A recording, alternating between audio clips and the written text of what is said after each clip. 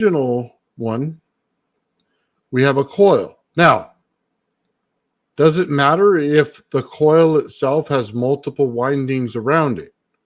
No, it's still a coil. No matter what you want to say, it's still just a coil. It is not a flyback. A flyback is the compression of multiple fields. So let's look at it again. This right here is the configuration of the flyback. Multiple magnetic fields compressing together to have a different outcome. It's not just a regular coil. It's multiple coils on top of each other, creating that magnetic field of compression. So when we take a look at this right here is an AC flyback. So what is this? Again, multiple fields of magnetism compressed in order to make a different outcome. This is how we should understand a flyback. It is not wire that's braided together and wrapped around a coil. That's just a coil still. This is an AC flyback. Now, let's get into a little more confusion. So this is the inner core of a DC flyback.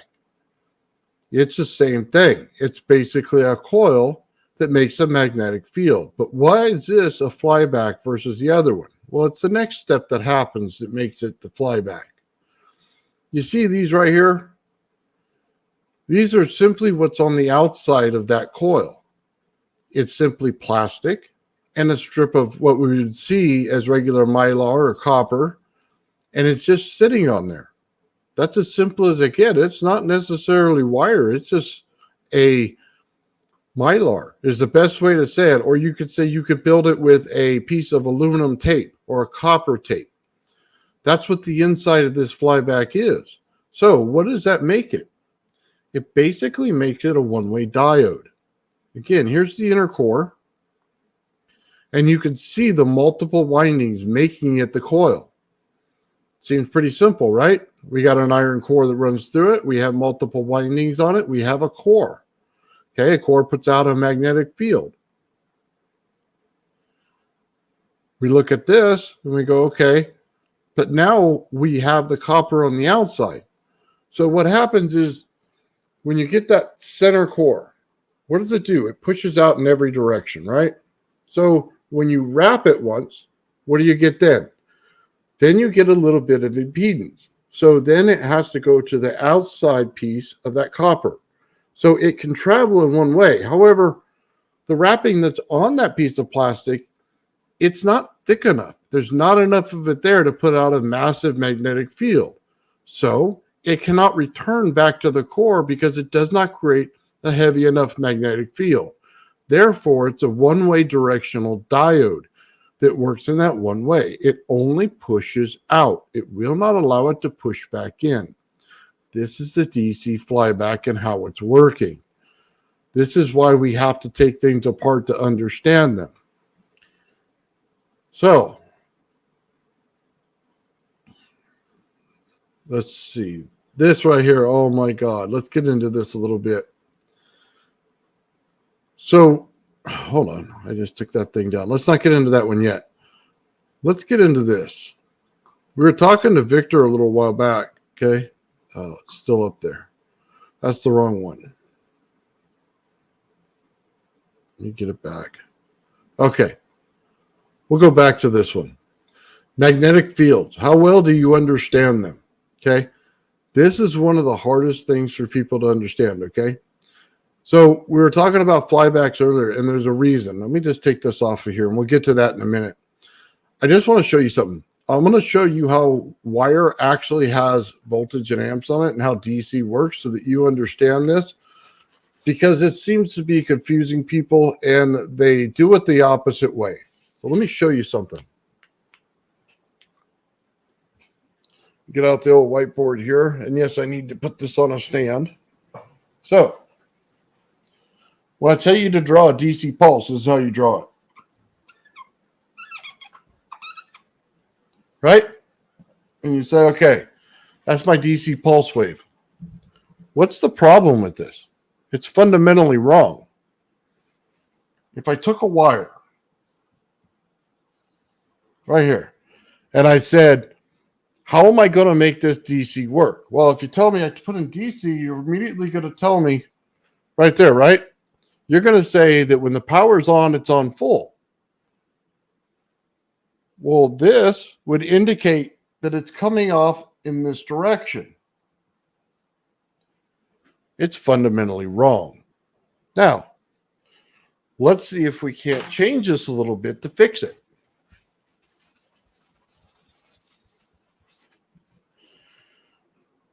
Now we're going to take our wire.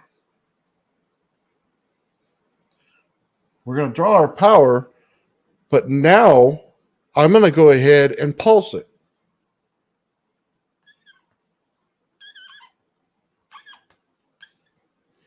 I drew it upside down. Why would I do that? It's because this is the way it actually pulses. It's incorrect the other way. The oscilloscope is not showing you the correct way it's pulsing. Why is this true? Why the other one isn't? Well, if I simply took it 180, right, and did the opposite side of it.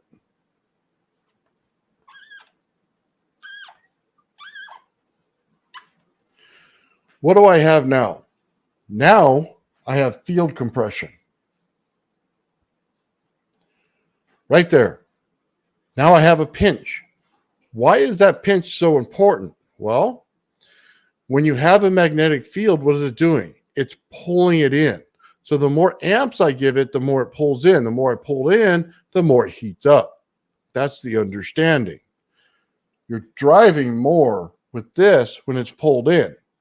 Okay, or driving less, I should say, on the voltage. So if I said this is volts, down here is amps, what am I doing? I'm directing my voltage to amperage.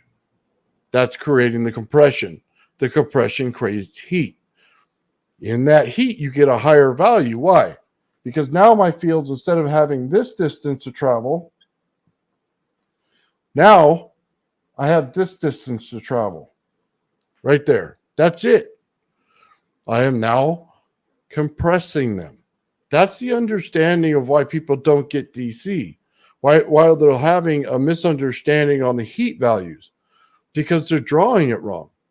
I can't make this work. I can't. Okay, because it's opposite.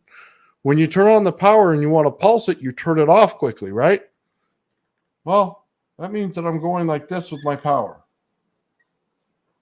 Okay, that's a problem, right? Right now, that's fundamentally wrong. Okay, now you say, what if I switch it faster? Okay, now understand that this is why AC came into play. I'll just turn this upside down so I don't have to erase it. We see it here, right? The wire. We want to come above it and below it, and above it and below it. Doing the same thing that I was doing over here. I'm creating the same thing. It's an understanding. It's as simple as that. If you can understand that, then by God, you got it right. You're going to start to see things the way they're supposed to be seen. It's not always right the way they put things out. They didn't really think it through because I don't think they understood it. So that's why you're getting heat. So let's turn it back over. Every time you drive this thing here, I can take these off. There's nobody else here. So every time you drive these things, what you're doing is you're going to create heat here. Okay? Energy goes down, comes back up, and goes over. Right in here is your heat. You got to create a pull in order to pull it back. If you don't know by now, magnetic fields and stuff, they don't travel inside the wire. They actually travel on the outside. So I'm going to have to erase it now.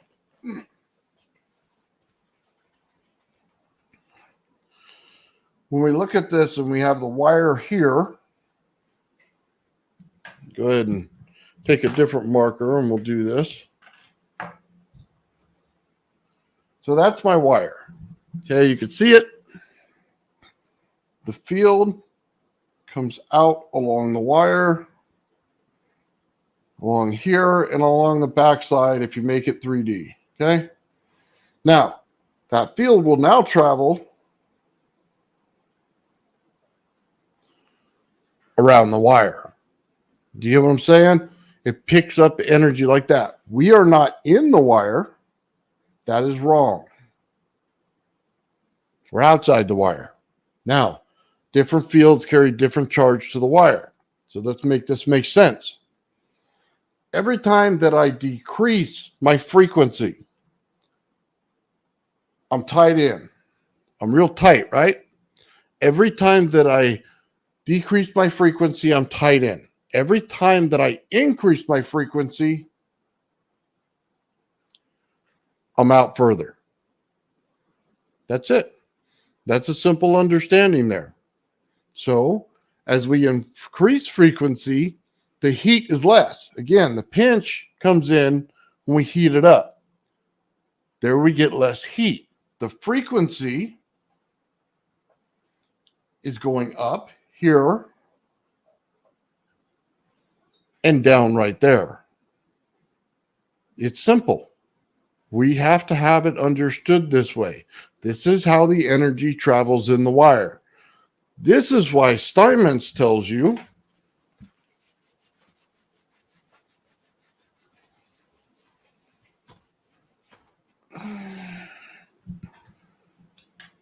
now that I have this understanding, let's make sense of this.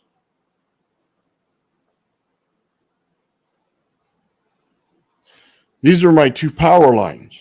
Now I know the energy's on the outside, right? Now, frequency works also in distance. So normally I would tell you if I'm in high voltage, this distance to this distance right here, what am I going to create? Well, if I took my DC flyback right here, and I simply connected the line. I'm going to go right here to the top. All the little things at the bottom go right there, right? So when I do that, what happens? I'm going to go ahead and put plasma that goes here. What happens when I increase the frequency and decrease the heat?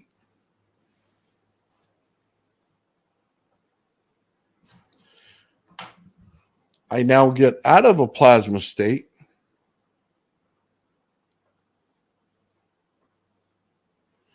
I'm now in a charged state.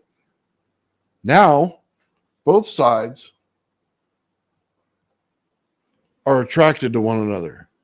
Now I'm going to take these, and now I can create force in between them. Because they're attracted together, I can create force in between them.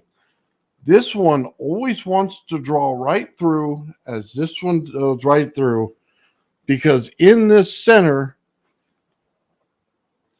is your dielectric. That's what Steinmetz is telling you. When you start switching frequencies, you start changing your dielectric. Whether I'm going to be in a state of pure dielectric or what I call a state of charge, or if you're going to be in the plasma state. That's the understanding here. We need to put energy that's always in the charge state or the dielectric state in order to get it to attract to one another. Now, what happens if you change this equation?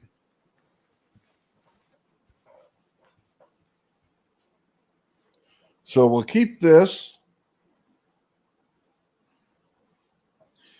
And in this two power lines here, all I'm going to tell you is I'm going to put another line right here in the center. Now, at this point, what am I doing? I'm still feeding this way. I'm still feeding this way. What happens? Because these two are connected like this inside the dielectric, this right here will saturate. When you have saturation, Now, where you have this wire in relation to this wire in relation to this wire is important, because when you put it too close to one side, the amount of pull that goes to one side is greater than it is to the other. So I simply move this, and I just said I'm putting it here. What happens? This side will continuously pull this way in order to reach it. It'll pull that way in order to get there, because it wants to move the entire wire to this point. Therefore, the point of saturation here, you've now changed and imbalanced the system. When you imbalance the system, this right here, regardless of its current weight, understand this, regardless of its current weight, it will always want to attract in that direction. That's the way it works. That's why a dielectric is so important. That's why saturation in the center is important. That's why movement is important inside of that dielectric. This is how you start to create anti-gravity states. What's the problem with this? This right here will create a tremendous amount of force in one direction. Is it lift? The problem is it's not. No amount of force is lift without something else in it. So,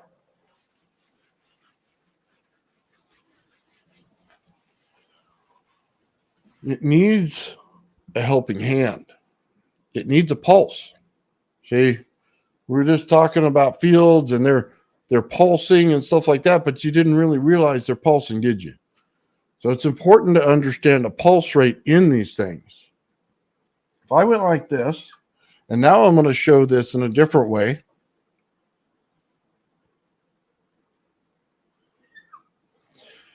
I now have 3 lines, okay, or 3 energy fields.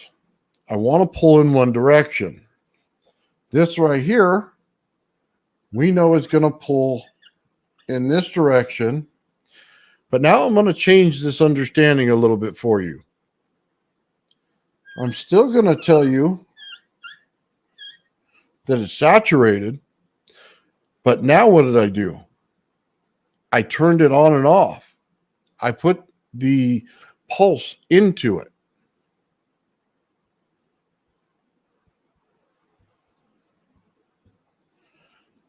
Now I understand which side of the field I'm on and where my positive and negative goes. What happens? I'm going to introduce another one, a smaller one. I always want to make it smaller. Why?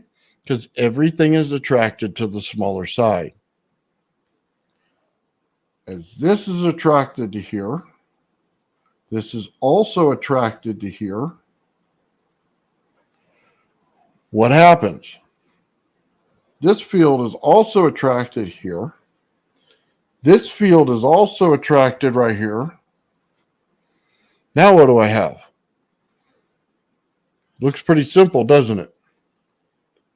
The more this is here, this forces up, this forces up, and this is forcing up. The amount of force has completely changed in the whole system, didn't it? I completely just changed how you understand how this works when it comes to anti-gravity. Now, what's the point of saturation have to do with it? In order for this to work at the point of saturation, this field not only, and we'll just clear this out so we can get a better view, has to work with the arrows, but now I have to work within the field. As I know this field here, it's creating this, right? Let's go ahead and take this out then.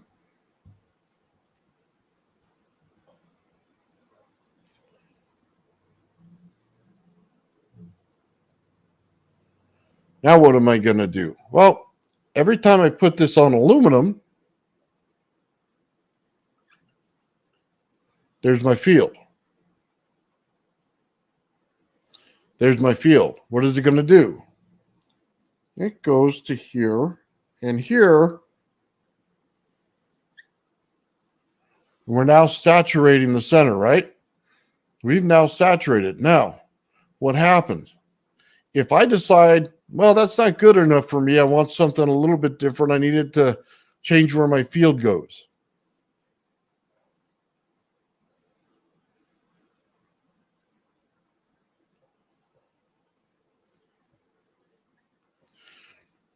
I'm going to connect the Tesla coil to it. Because the energy is different coming out of your Tesla coil versus your DC flyback, and it has to do with the amount of pure volts that comes into it, which one's thicker and thinner than the other. Okay. This field will move this field. There we go. Now we're starting to get it, right? So let's go a little further with this. Now this field is not going to be directly on here. As I turn on the Tesla coil, it's going to grow. The Tesla coil field is now going to grow. And we'll just do that in a straight line so that we can show the difference. So what happens when that happens? Well, now my field is going out here because it's forcing it out. Now I'm forcing it out of there with my Tesla coil. I'm making it go in another direction. But it's not enough. I need to turn up my Tesla coil. So I need to turn that thing so I can get more out of it because it's just not good enough.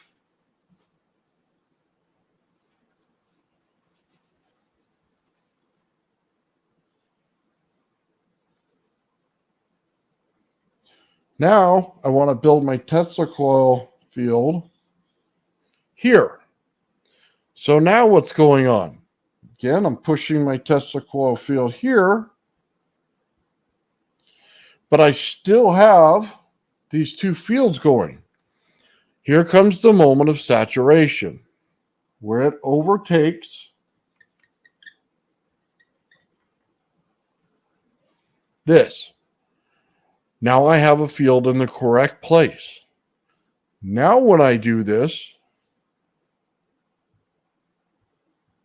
the directionality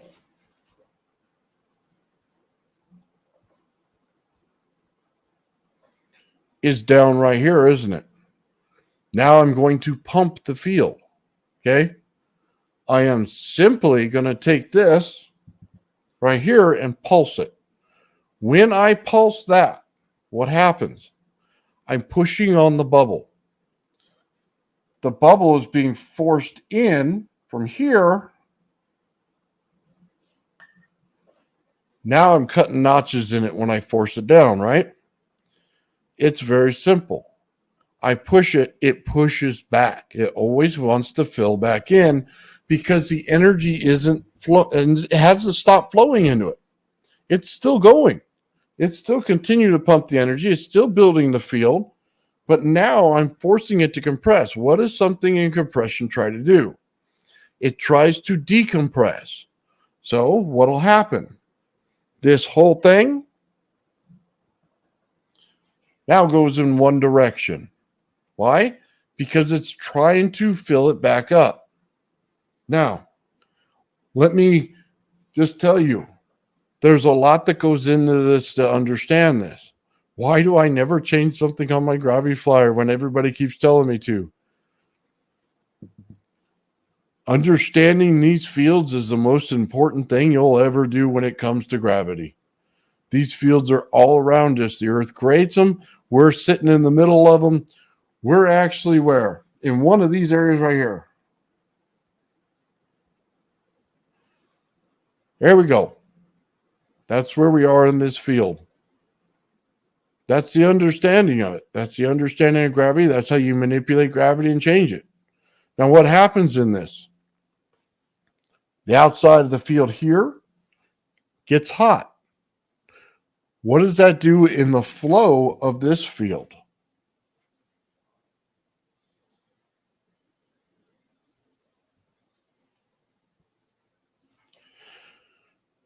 It makes it cold in the center.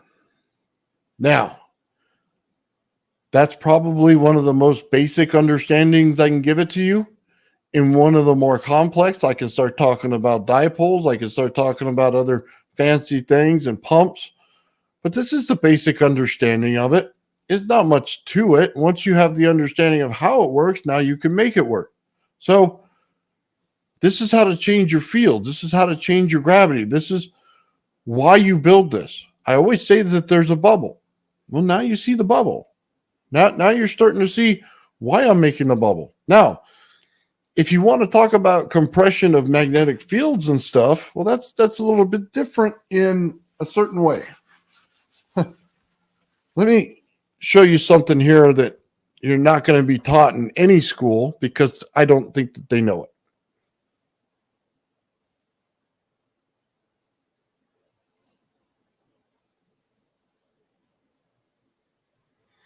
Now, when I draw this, you say, okay, I'm going to create a magnetic field, right? That's pretty simple.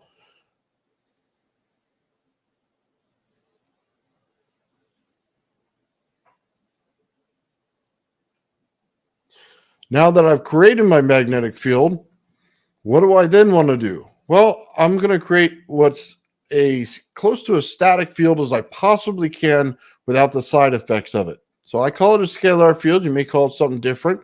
We'll call it a static field for this example. What happens? Because this field will push a static field because of the thickness or viscosity of it, what will happen? As this starts to flow, it'll take on a direction of rotation. Now the static comes out, okay? Comes out of here in the center. It starts to pull out and pull back in. This is the first step in requiring the direction of flow. If this step is not accomplished, you will not get flow. It is simple. Create the flow. These things will start to change around it. As this comes out, this doesn't stop putting it off, though. This little field, now we'll multiply it by 100 new ones, and then 100 more new ones, then 100 more new ones. Why? Because it's continuous. So what happens then? I'm going to bombard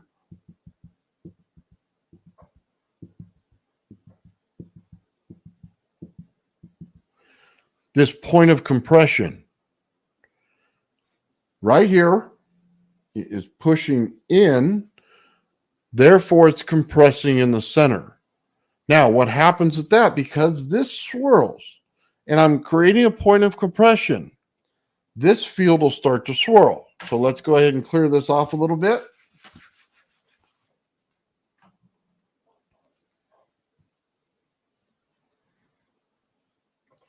We know that we're getting our directionality here. Now, what happens? We know we have a field here. We talked about it. This will start a swirl that starts in here. Probably going to draw this wrong, but I'm just going to show it to you this way.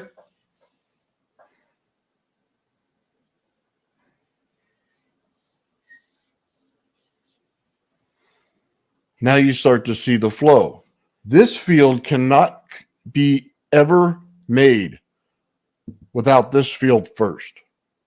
You have to make that field in order for this. Now, it's all in 2 dimensions. What's the biggest problem here? It needs to be in 3 dimensions. Okay? This is not a squiggly line when you get into real field geometry here. This is now a tornado.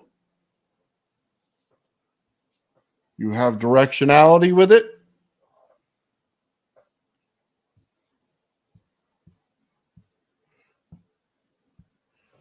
And we now have a tornado going down. Why? What do we know what direction it's going? As that goes in that direction, that'll pull the opposite direction. And it seems wrong, but it is right. This is probably the wrong arrow. It probably goes this way. But it'll make a opposite direction because it's upside down of each other. Take a PC fan. turn it up the regular side, right? Well, one way it'll blow, the other way it'll suck in, won't it? That's how your fields work. Directionality, the fields work to the center. This field has to be created first, then this field in the center. That right there is simple. What's this in the center right here? That's your ether. That's completely cold. It's frozen cold. This thing now becomes a supercapacitor in the way you make it. Now, can you do this with a normal toroid? That answer is no, because you have not completed the correct steps. You may understand the flow, but you have no idea what the geometry is to get to the flow. And that has to do with how you wind coils and why it's important. Now, I can't get too far into this because this is Gerald's thing and I'm not doing it before him. But if I simply had a circle and I simply said I had a triangle, right? Points of intersection.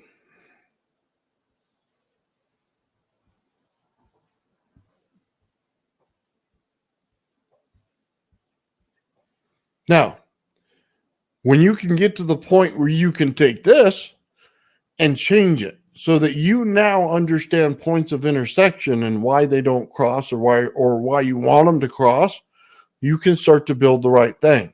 Energy flows.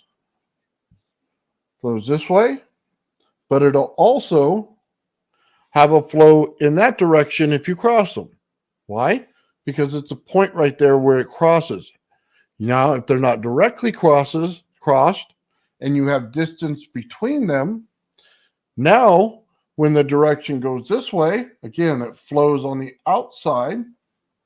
Now it will not interfere with this wire right here. That's how you should understand your flow directions. It's that simple. Now, I say a lot of this because I get on there and I talk about this stuff and I see everybody sitting here and going, well, an atom goes like this and it has all this stuff and this is how it works, right? Or you show me this, okay? You're going to show me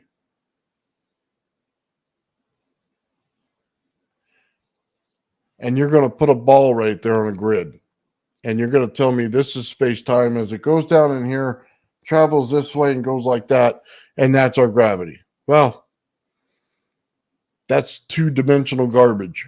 It not that way at all. It has to be vortexes in 3 dimensions, and then you have to describe that in geometry. Space-time like this doesn't work. That's a fantasy. It won't ever work like that. So that's why I tell people about this stuff. If you understand how energy flows through a wire, you'll start to understand how things are actually working in physics and how you can start to create the fields. Now, what's one of the most important things to understand when you start to create a field? Well, one field will move another field. And it has to do with the thickness of the field being created and the pulse rate it is created in. A lot of people don't take into account the pulse rate when they do this kind of stuff. And you have to.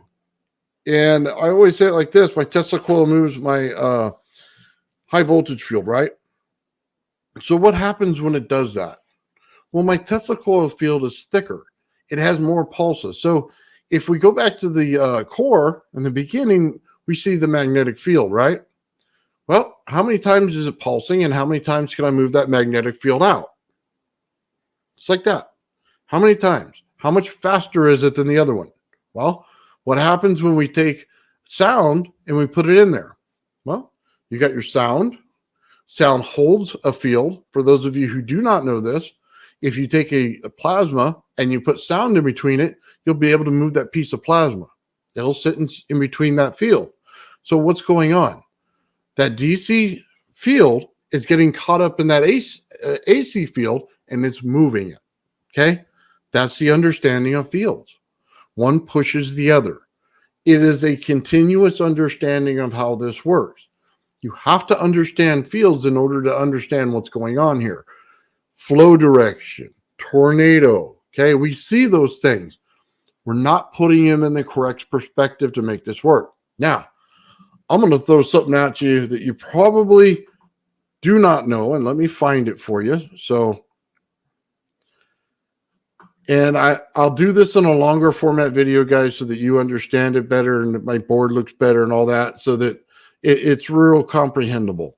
But I want to show this right here.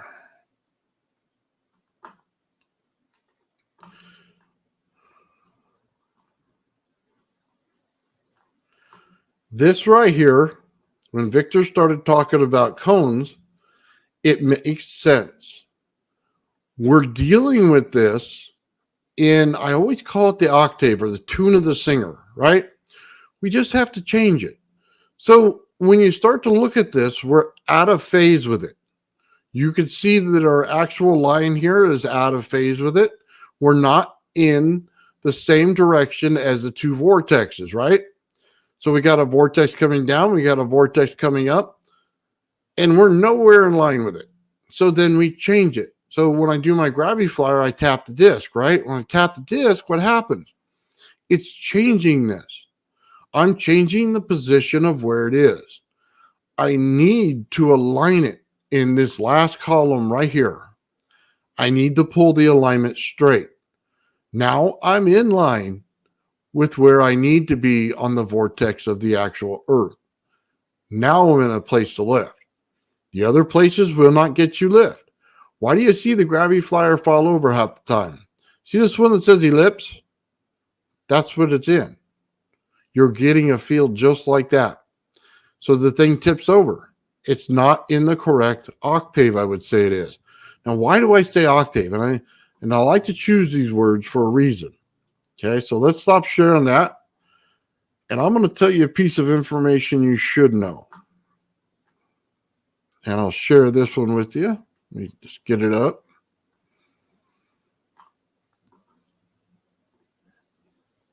Remember, I always talk directionality when you build something.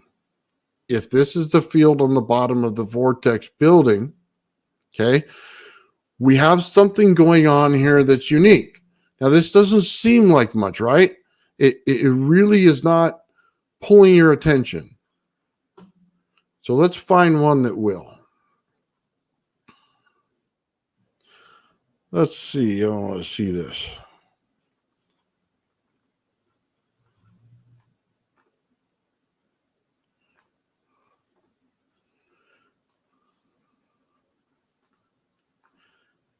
This right here, you would tell me music scale, right? What if I told you it's how a vortex is working? You're working on a music scale and you really don't realize it. Why? Because the thing is actually pumping when it's in the center of the vortex. So when we create our vortex, right, it creates a pump, just like a Tesla coil. So think of it like this. Say here's my center of my Tesla coil. I'm simply taking the energy. It goes up, it comes down. It goes up, it comes down. It goes up, it comes down. Just like this, right? So now I'm creating a pump, right? I'm creating a pump right here. What happens when you create a pump when you have magnetic fields? Well, you say, well, that's an awful lot like a speaker, isn't it? You simply have a magnetic field with another field that has magnetism pumping, right? Is the sound going to be that great? No. But is it still pumping? Yes. Are you still going to get frequency out of it?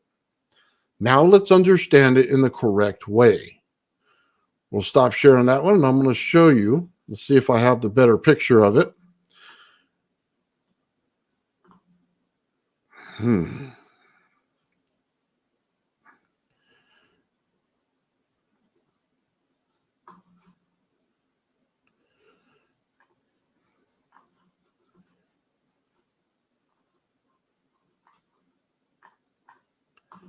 This right here. We've all seen the Russell scale, right? What if I told you it doesn't get created without the pump? The actual frequencies in it, right here, are creating, and you notice the way I drew it before on the board. Drew it in this manner for a reason. They're creating your scale. They say the fifth, the sixth octave, everything's in the size and distance between them.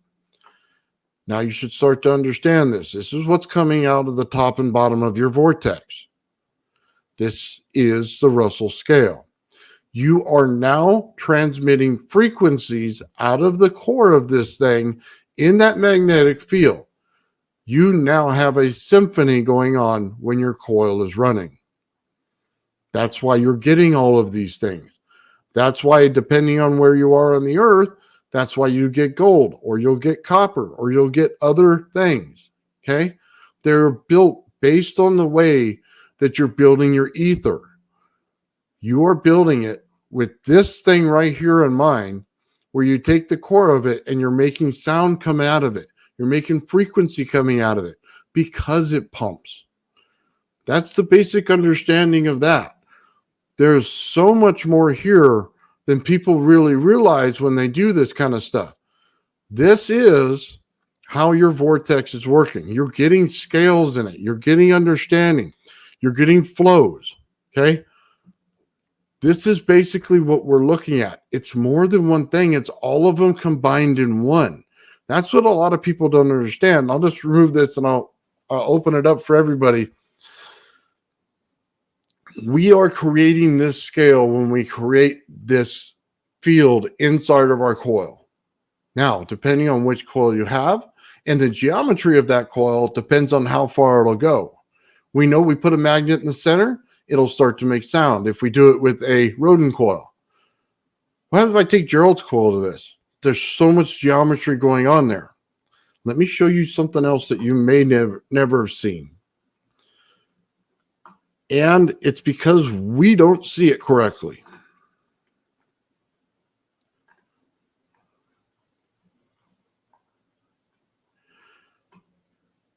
This person, whoever drew this, started to understand what he was doing. He knew that geometry, when you create a geometry in a coil, you actually start to get tones from it. Okay? Major second, mini third. Okay? Now we're starting to get into between where we need to be. It's getting closer in the way they're understanding this, but they're not quite there yet. You see the lines all converge in the center. Well, the actual diagram should be flipped upside down. The actual thing converges in the center when you hit the center point, but that should be in the center. This would be the portion of the bottom half of what you're creating. If you created two fields, right? Instead of just one. So if I create two coils, I create this and then I get this center point right here. But it's when you print it the other way, then it creates the vortex and they go outward and you're still getting the same notes. Again, what happens to these straight lines? They start to swirl in the vortex. That's why ram's horns are important when you want to talk about the Bible. You want to talk about the walls of Jericho, you better talk about the ram's horns, because that's the same swirling effect you're going to get when you talk about these coils. Maybe now everybody can start to put it together. You see a coil wound. You know that the tips of them are creating something, but what are they creating? Okay? Whether it's on the inside or outside, we're still creating that music. That's the understanding there. It has to do with everything. You're not just creating things in one way. You're creating them in multiple ways. That's why it's so important. Guys, you have to understand. It's not supposed to be easy, okay? Not in certain parts. Until you understand it, then everything becomes easy. But the understanding comes first. We build it. Sometimes we find it when we build it. Sometimes you can't know it until you build it. So, in building these things, I could tell you right now, you're getting a symphony out of this thing. You may not be able to hear it, but it is. It's coming out. I can tell you from being 80% deaf. I don't hear most of it, but I know it's right there. It's creating it in that pump. Now, let me see if I can't pull this up.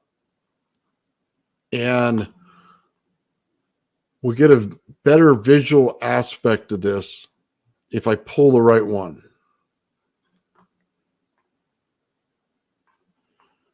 And it doesn't have it. That's great. Okay, so I won't be able to do that then. Give me 1 second and I'll pull another one for you.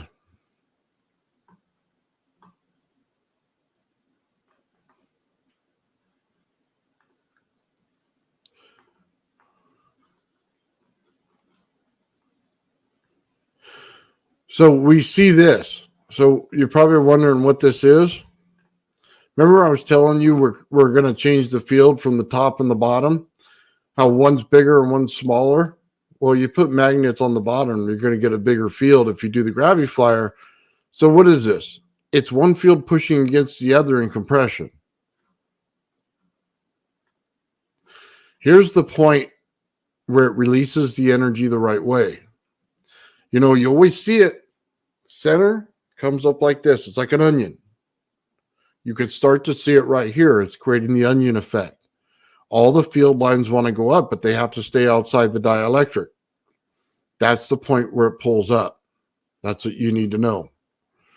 So anyway, there's that one. And there's a couple more I'd like to show, but they didn't pull in the video. And what it actually shows is when you create geometry and you go around in circles, the line starts to swirl up here like this. And that's what it does. And then there was another one that showed the pumping field. And I'll have to go back and pull it again. Because when you start to see them all work together, you'll start to understand it. The thing is people only get it like partial a bit right once in a while. They're not pulling the whole thing. They're not getting it all out there. So just so you know that's kind of what's going on. And I wanted to explain that. And I started with the wire because I needed everybody to understand where we actually see all this stuff at, why we're starting to see it in there, and what's going on with it. You have to start to understand energy on its level, not on what you think it is. So anyway, that's kind of my understanding of it. Thank you, Crypto, for coming in and putting up all the comments and stuff. I'm going to go ahead and invite Mike. I know he was out there, so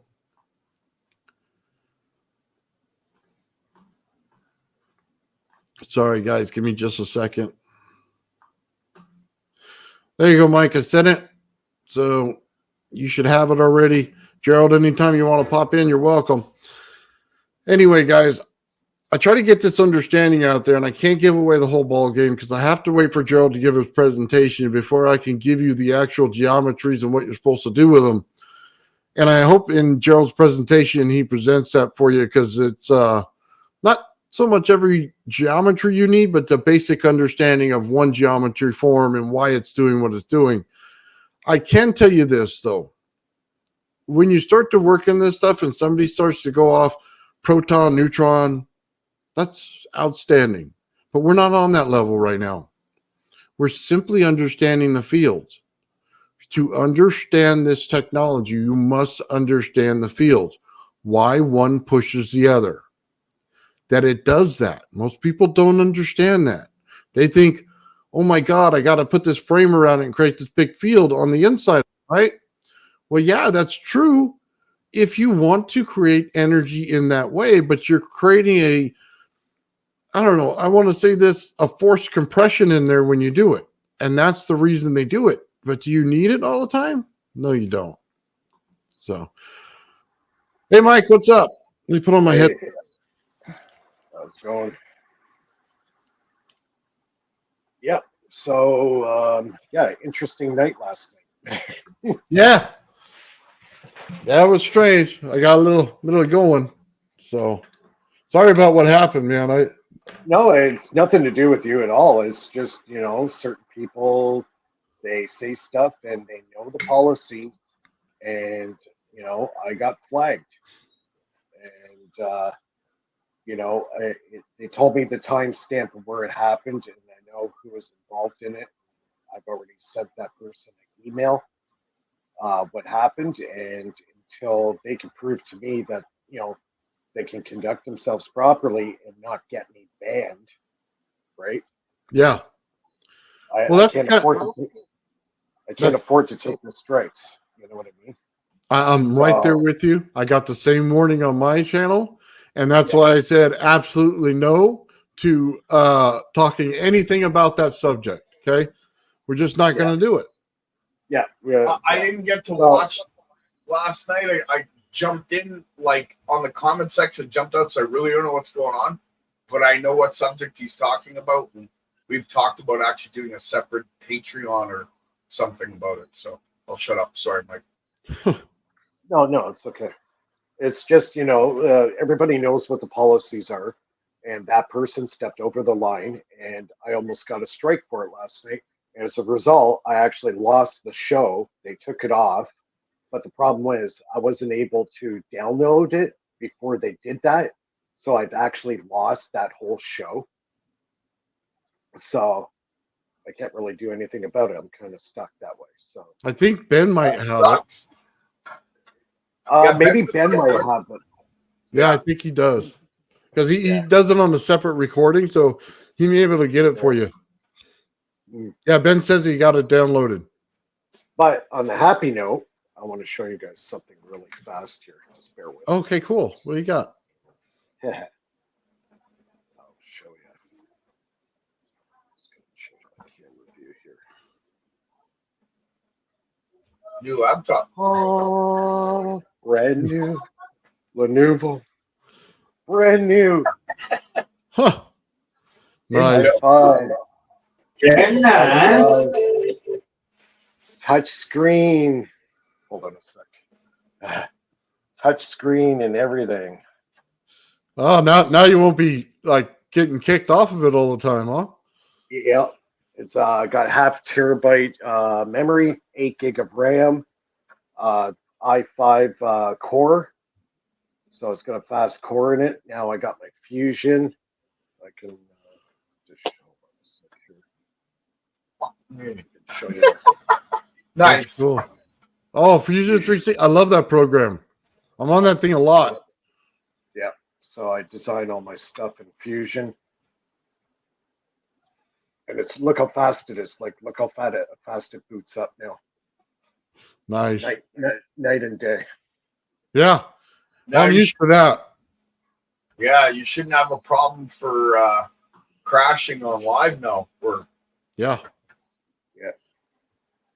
awesome. So pretty happy with that. So it's actually it was lit. This one's actually touch screen as well. It was listed for $749. It was on sale for $649. And then there was another model I wanted to buy at Best Buy. So I go, okay, I'll get this that model there. And she goes, well, I don't have it in stock. And I'm thinking about it for a second and going, okay, if you don't have it in stock, why is it on display? Yeah. Right? I hate You know, that. if it's on display, where is it? You guys should have it in stock. So, anyways, I made a bit of a stink about it. I was nice about it, but I think she got my point. So she led me over to this one. So I saw it. Actually, had a better core. The other one, I think, I can't remember what core, but it was slower than the i5, and she gave it to me for $599. But Nice. the list price of the other one, so she matched the price. So I got it. Yeah. Yeah. So I'm just breaking her in, doing the updates on it. Yeah, it's great. I like it. The screen is beautiful on it. Really good resolution. Nice. It's got Adobe Sound. Yeah, Adobe Audio. It's got 2 speakers, one on either side. Touch screen. Yeah, it's got all the bells and whistles. Actually, it's even got a fingerprint scan too there on the side. Oh, that's cool. Yeah. Well, now you're So, set, yeah. Mike. Yep. No excuses now, right? Yeah, no excuses at all, man. Got it rolling. So I'm just getting this thing all set up to do what I gotta do. I gotta build some cells today. That's on my agenda. So yeah. Busy all the time. Very good. So yeah, I just thought I'd hop on and I just want to clear that. I'm not pissed at anybody for what happened last night. It's just the person had to choose his words a little bit more wisely and think, I'm on somebody else's platform. If I say something wrong like what he did, and now I'm taking strikes for it, I'm going to lose my channel. That's the last thing I want to happen, right? Yeah.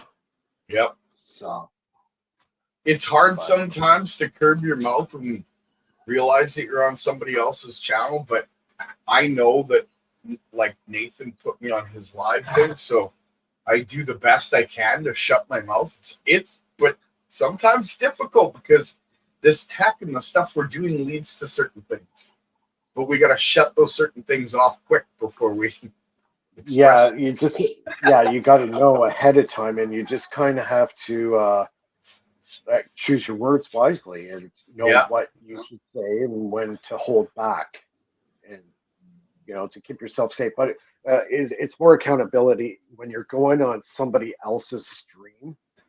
You got to have manners, and to a point, right?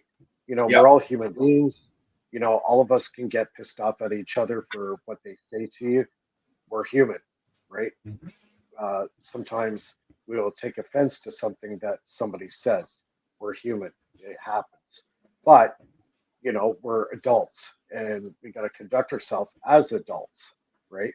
If we go on here and it's friggin' Roadhouse every Friday night, you know what I mean? Like totally chairs Man, and I talk- tables, I was so used to talking like a sailor, but after doing so many lives and you're working on it, I don't talk like that anymore. But you know what? It's okay. They're words, but what makes them bad is the context in which they're used.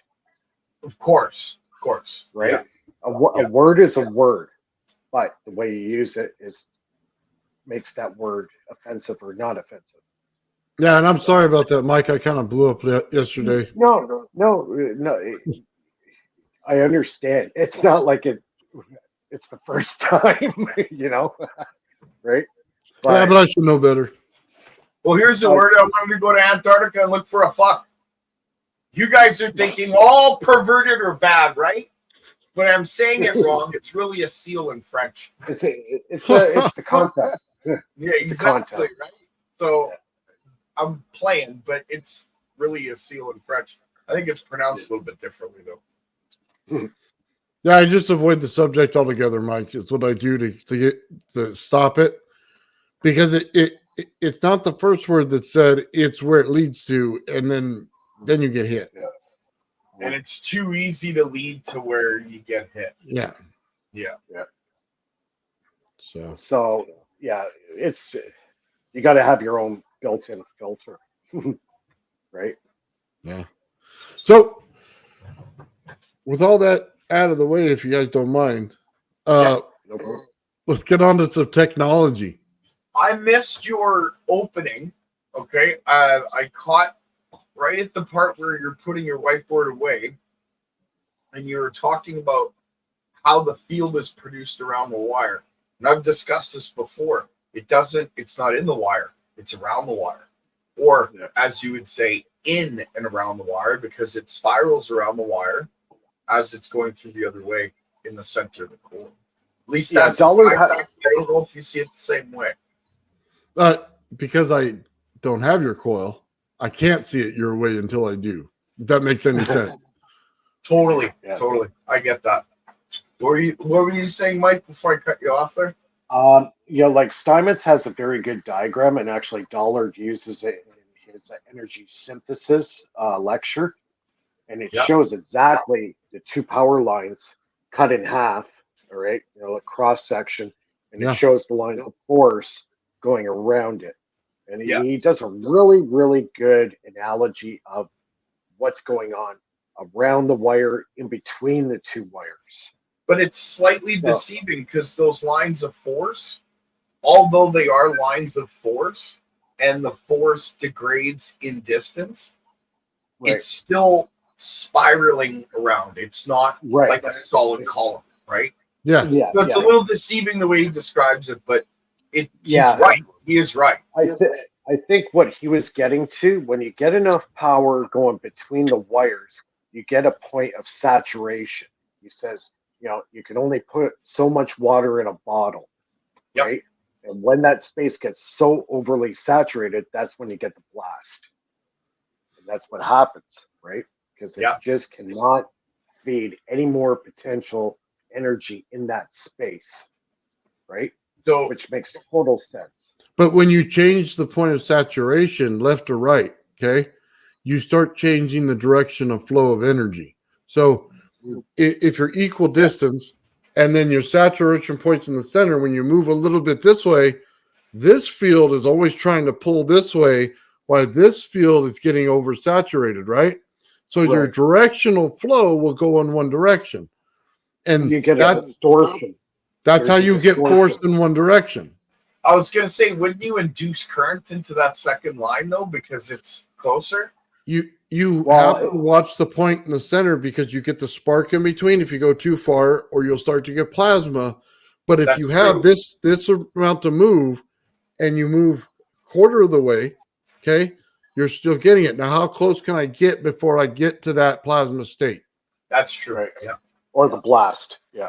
Yep. Yeah, I know what you mean.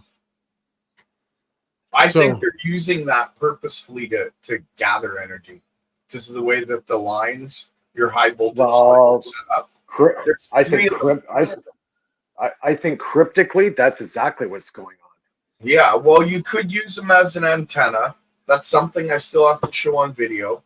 But the other part of that is in when it's long distance, they have three lines that they're not close together, but you got one going one way, one going the other way, and then you got one in the middle.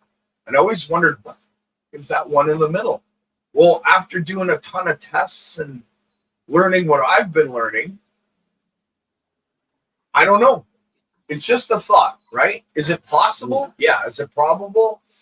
It's kind of 60-40 that it isn't probable, but it's definitely possible because of the high voltage and how it Yeah, works. no. Yeah, a lot like the ones near my place, they transport 44,000 volts going through the high voltage lines.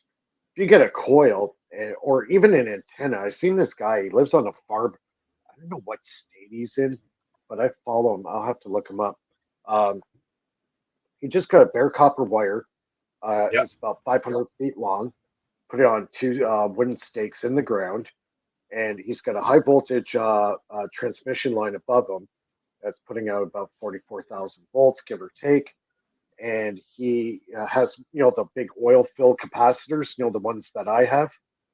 So he puts that on the ground, hooks up the one wire to it, the other one to ground, and hooks it up. And within a matter of seconds, he's got well over 2 kilovolts in that capacitor. Just from the potential ambient space being near it, he's getting huge amount of power going through it, and very, very fast. Right? Yeah. I can't remember who did the experiment. It might have been T. Henry Morey. It might have been somebody else. But that exact experiment that you're talking about, the line came down into a wood box. Then from the wood box, they're running their house. And everybody's like, oh, the magic box. But I'm 98% sure I knew exactly what was in that box. And it has to do with, go ahead. He said he had a special crystal. He called it a Swiss emerald crystal something. You could only find it in Switzerland. I don't know how that related to his circuit, but yeah, I know what you're getting at. Yeah, well, I don't know about the whole crystal thing. You could definitely do with a series of capacitors running it through the center of an open core coil like mine, kind of like a current measure coil, but slightly different. You add the way you build it has to have more capacitive link to the wire. Go ahead. I think this is just a hunch. I think what he had was a special type quartz crystal, and he had the little wire attached on it like the cat's whisker, they call it. That's when they were doing the first test at Bell Labs, making the transistor, their frequency transistor. And I think that's what he was working on. Maybe he might have been kind of ahead everybody in the development. Les Brown. You just made Les Brown pop into my head. Okay, so listen, that crystal with the cat's whisker, what you're talking about, right? That's like the first radio sort of thing, right? Well, Les Brown tells a story how he built like a 30 some odd foot, I think it's 36 foot, wooden pyramid. And I've talked about the story before. And when he attached the inner apex of the pyramid to the ground through cable, the way he attached it was sheep's wool, right? Mhm. What if that's like the basic principle is radio? Yeah. Do you know what I mean by that? Like the ground being the crystal, so to speak, and then that sheep's wool that he used would be like the cat's whisker, and the pyramid would be like an antenna. It'd be the wool that he used actually was a very good dielectric. Yeah. So Yeah. So any charge that was on that wire was creating, basically the heavy side component going through that sheep's wool, and then, eventually going to ground through the pancake coil that he had on the ground that was stapled to the ground on a plywood, and he had Which the is end of the. Yes, exactly. Wardenclyffe, same thing. It's the same setup as Wardenclyffe. yeah. Same setup as most Tesla coils. He just did it with actually not even using any power input. He was just tapping into the sky by the wooden pyramid. Well, they also making tapped that- into the ground through the water. Sure, it's completing the connection. It was an oscillation pump in the center. Mhm. That's really what it was. Well, the Earth's a giant asymmetrical capacitor, right? So basically, what Tesla did was learn how to tap it. Yeah, Yeah. that's it. Yeah, that's kind of what we're doing, right? That's exactly what we're doing. Yeah, Completing We're the just- circuit. Sorry, we're just doing it in a coil form where it changes what's the earth and what's the ether at the locality of it. Like Joe likes to say, it's where we're doing it at is different. But it is still inside the earth. We could tap this in space, no problem. You know what I mean? Because we don't need necessarily the earth to create it. We're working within the confines of the earth, so we have to take it into account. well, Right. if the Earth is like a, sorry, Mike, go ahead. No, go ahead.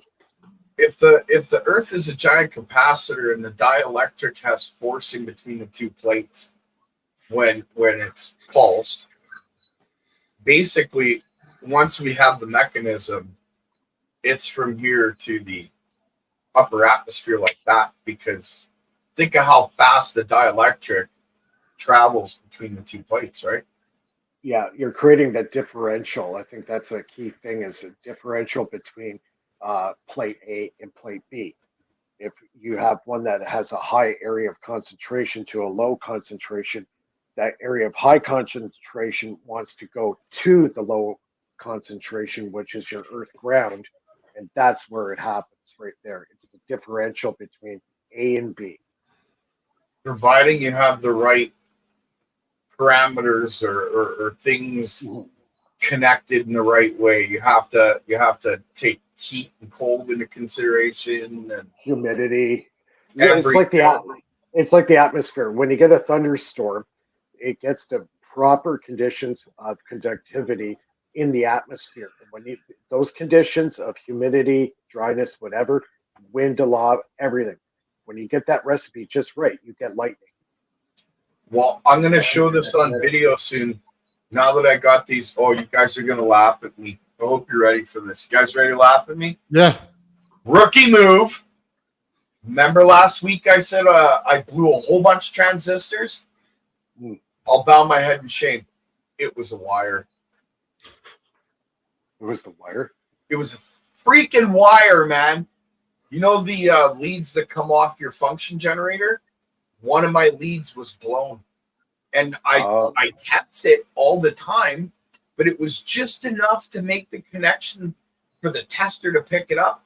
Not enough to work. I was pissed, man. Because I had taken apart boards and stuff, and I was like, yeah, I got to change these transistors. And then I found the problem, and I realized I didn't blow one damn transistor. Wow. That's gotta suck. It did. It did. But now I've got like all kinds of extras and I'm doing crazy tests with them. And, you know, we'll see. Very cool. That MJ E13009, dude, I'm getting ball lightning every time I turn it on. Like I'm getting purple, pink, and white, and it's just gorgeous inside that neon. I want to get a big neon sign, you know.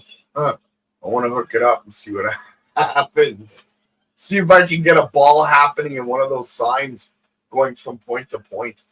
I don't know. I think it would be interesting for sure. Yeah. Did you hear who was it that was talking? I think it was Jack Safardi. Yeah, you were getting into that last night in the chat, and we didn't get to understand what was going on yet. He was talking about how we're ball lightning. Our consciousness is held within our body, and we're ball lightning. It's in his paper. Is that the same guy that was on oh god, on with Tim? Scientist, Jeremy Reeves? Yeah, there you go. Yeah. Yeah, you're absolutely right, Gerald. That was a really fascinating part. He The was guy that- bitching about the free energy community and Ashton Forbes and Sal told me- Baez and Didn't he tell everybody they're full of, you know what? Oh, yeah. Whole Yeah. shitstorm of drama on Twitter X now over it, apparently. Yeah, but he told us we're schmucks too. yeah, but you know what? I don't listen to Jack. Jack's an 85-year-old freaking narcissist, man. He's the kind of guy you look at and you laugh. 70-year He's the kind of guy at the- 70-year CIA operative, right? Like gotta He's the take kind what of guy at the CIA party while we're all having beers. Hey, we're all having beers and he's sitting in the corner telling us stories about things he did. And we're like, right on, Jack. Okay, Jack, pass me the beer. Yeah, He's cool, dude, but he's we a dick. we better be smoking something if I have to listen to him for more than 10 minutes after he just puts everybody down. But you know what, though? Here is the thing. I was microdosing mushrooms that day. Not today, but that day I was hilariously, and you also just happened to publish that Star Trek mushroom video. It was quite a synchronicity. Hey, Jack's a drinking game. You take a drink every time he says schmuck. You'd be drunk by Oh. the time he's done the video. Oh, one of us 10 would be minutes, man. standing there sitting Right? and- Oh, Yeah, I don't know. I don't know. That guy just kind of doesn't rub me the right way. You know? yeah, he didn't rub me the right way, that's for sure. Definitely the what? wrong way. I don't The trust. sandpaper. Yeah, I don't trust Jack in the sense that, like, if we were building something, Given the chance, Jack will rub your Right? grandma in the right way. Don't you worry But- about that. but he's a fucking funny guy, man. I'm telling you. You'll rub your grandma the laugh. right way. Well, that's Jack for you, right? Right. He's a legend. Yeah, He but the rubs problem is everybody the wrong way. he likes stirring the pies. Like, concentrate on your own stuff. It's easy to criticize or not like what somebody else is doing, but it seems like he's doing it for attention sometimes. I don't know. I That's think- what I get from it. I think you're right, but you know what? Ashton Forbes said this, and I agree with him. He's showing his true colors in the sense where he's kind of showing his fear. I mean, think about it. He came out against all of us, came out against Ashton Forbes, Sal Baez, all the guys that are talking about ball lightning and anti-gravity and the way that it works so that everybody can understand. Not some asshole, the fucking PhD, pardon my language. Sorry. But those academics that rely on their papers and their prowess of the bullshit that comes out of their mouths, okay, when it comes down to how they describe stuff, it's a joke. But Well, you know what? ultimately, I just- talk Like you and how they denounce it while simultaneously are working on it. What's that, Well, Bernie? Oh, I'm gonna debunk this, even though all my projects are actually that. You got so much interference going on, I can't hear it. That's it. I can't get it. All I can say about that guy is attack the science, not the person, and he keeps attacking the people. And I think that's wrong. Yeah. It's okay to attack No. the science. But You know think what? about There that for a isn't- second, though. That shows us that we're right. Attack me all you want. If you're not attacking the science I'm talking about, it means I'm right. So go ahead, bitch away, please. I'll even listen. You know what I mean by that? You know what? It seems like all the old school guys like that like to fight and squabble over BS. Yeah. You know, He's from the concentrate Bronx, on your. man.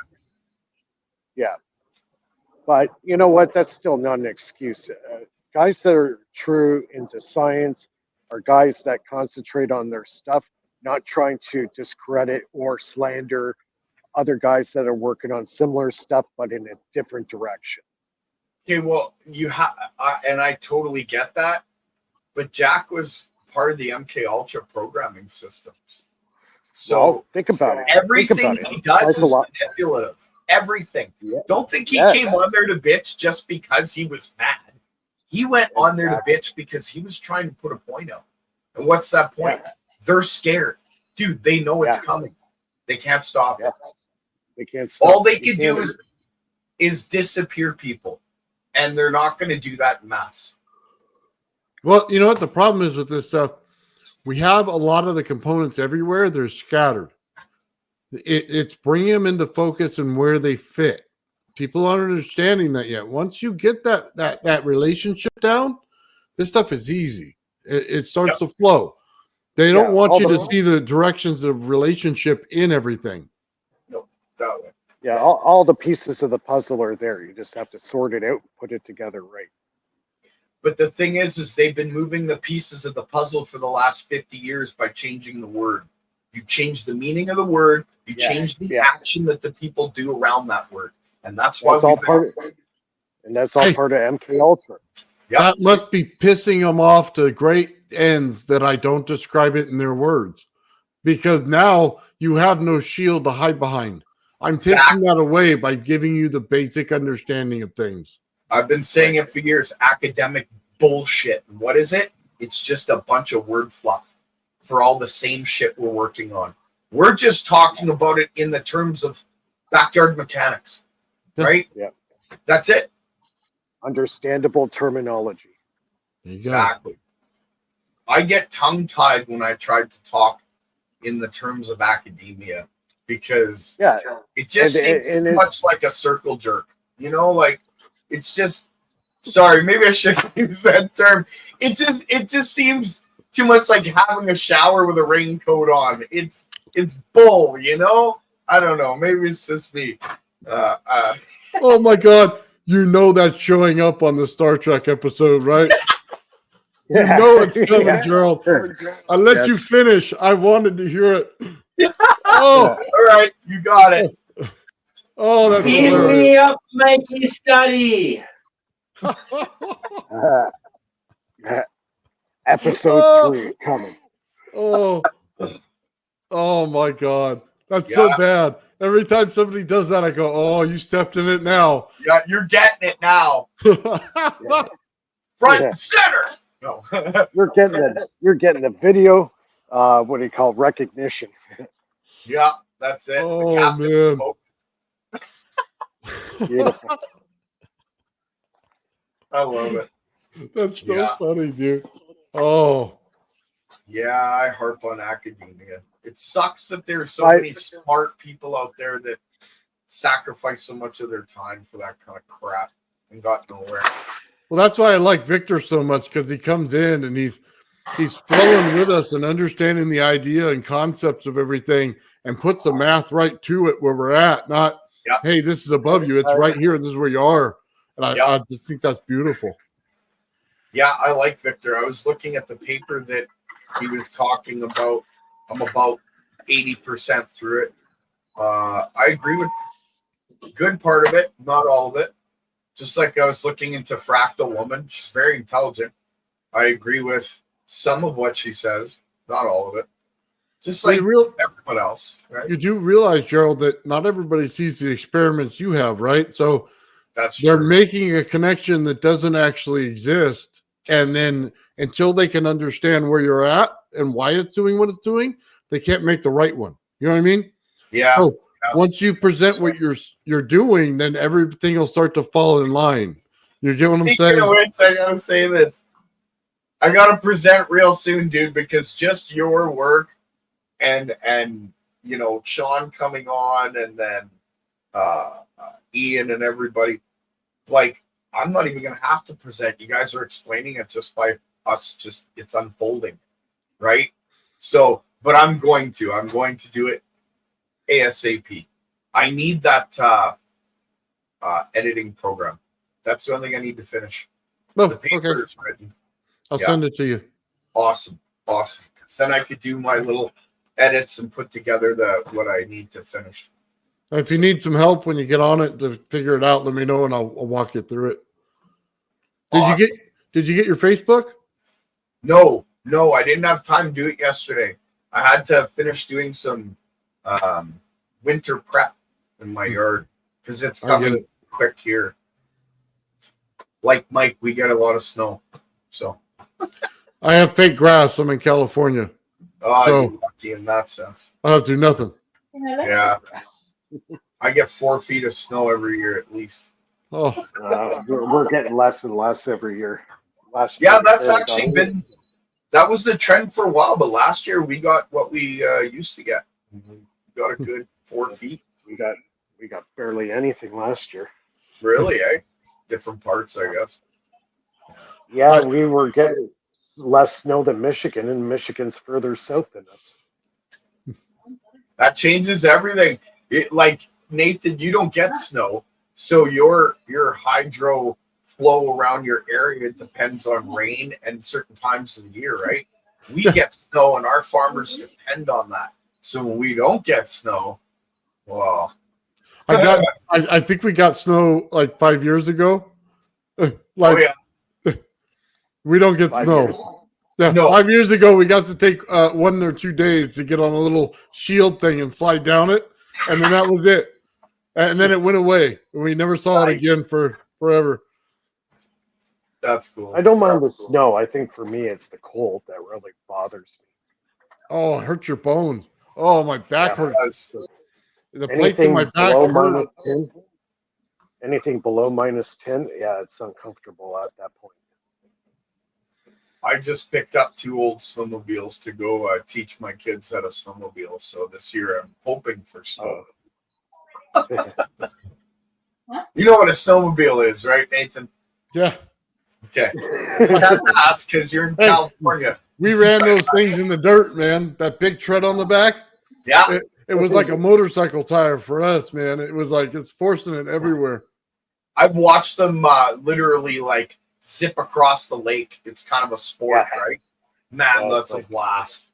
Yeah. You've seen that too, Hydroplane Mike? right across. Yeah.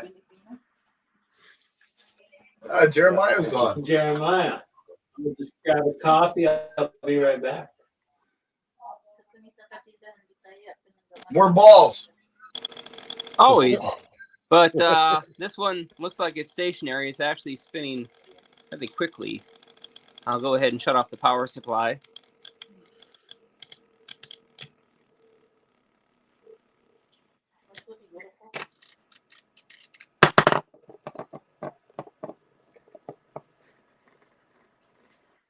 Oh, I see it now. Okay. Yeah, so what we have here is a little dipole washer on the back to close the field lines, and 2 magnets on the front, north and south. I have a quadrupole setup as well, and a new chassis that Simon C designed, based on what I asked him to do. And here we have a full enclosure, so I want to turn this into a easily, transferable kind of product. But these 2 little magnets, so what happens is when we spin up the motor, this will create a rotating magnetic field. And because of the strength of neodymium magnets being rather incredible, scientifically speaking, compared to the amount of electromagnetic energy we need to put in, we can take something like this aluminum ball and just set it on top of there with those magnets rotating, and we can see that it immediately starts to pick up some speed. and we can get it going rather fast. So that'd be drag, right? That's like my magnetic screw, where you just put the cup on there, put the magnet inside, spins, and stirs Yeah, but up that's my, aluminum. mixture. Right, exactly. So let me grab the quadruple. Well, because of the magnetic field, now will that ball heat up because you're creating eddy currents on it? Would it heat No, up a little bit? it's surprisingly efficient. Actually, haven't had any heat so far.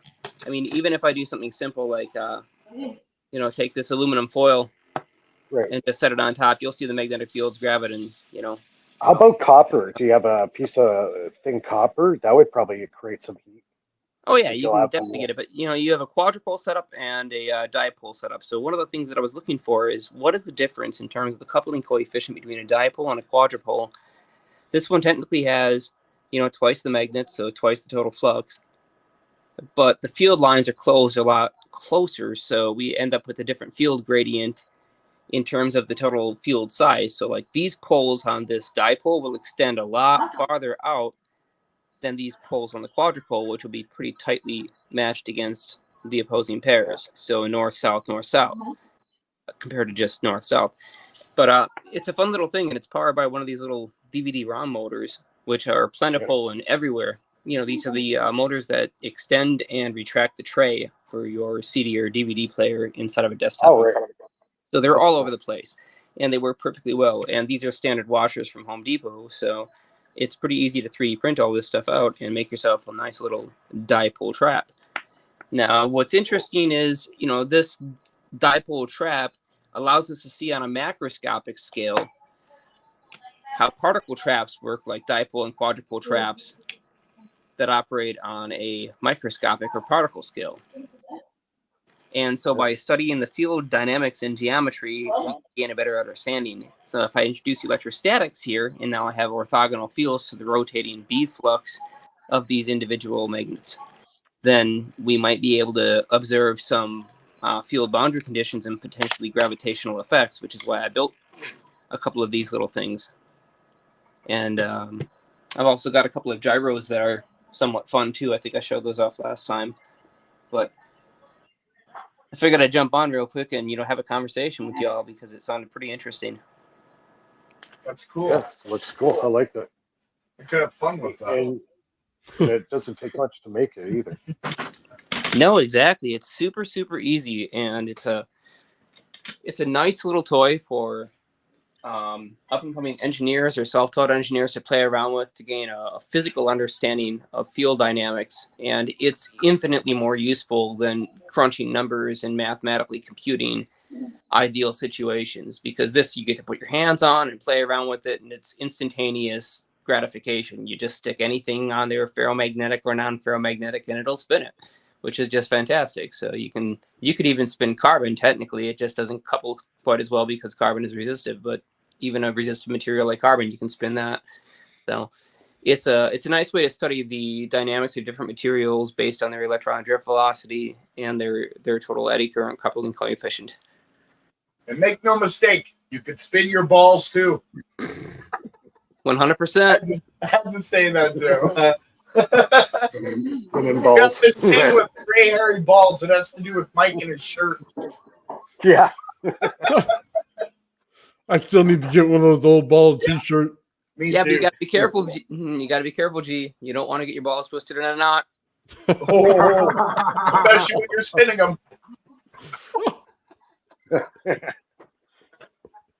Oh, That's awesome. oh, No, it's a little. Yeah, something. I actually want to build that. That's kind of neat. I need a 3D printer though. That's next. Yeah, I the have cool to- part is they're super cheap to make. I don't know exactly what the cost is. I suppose it'd probably be something roughly about like $6. But you know, yeah, cheap. nice.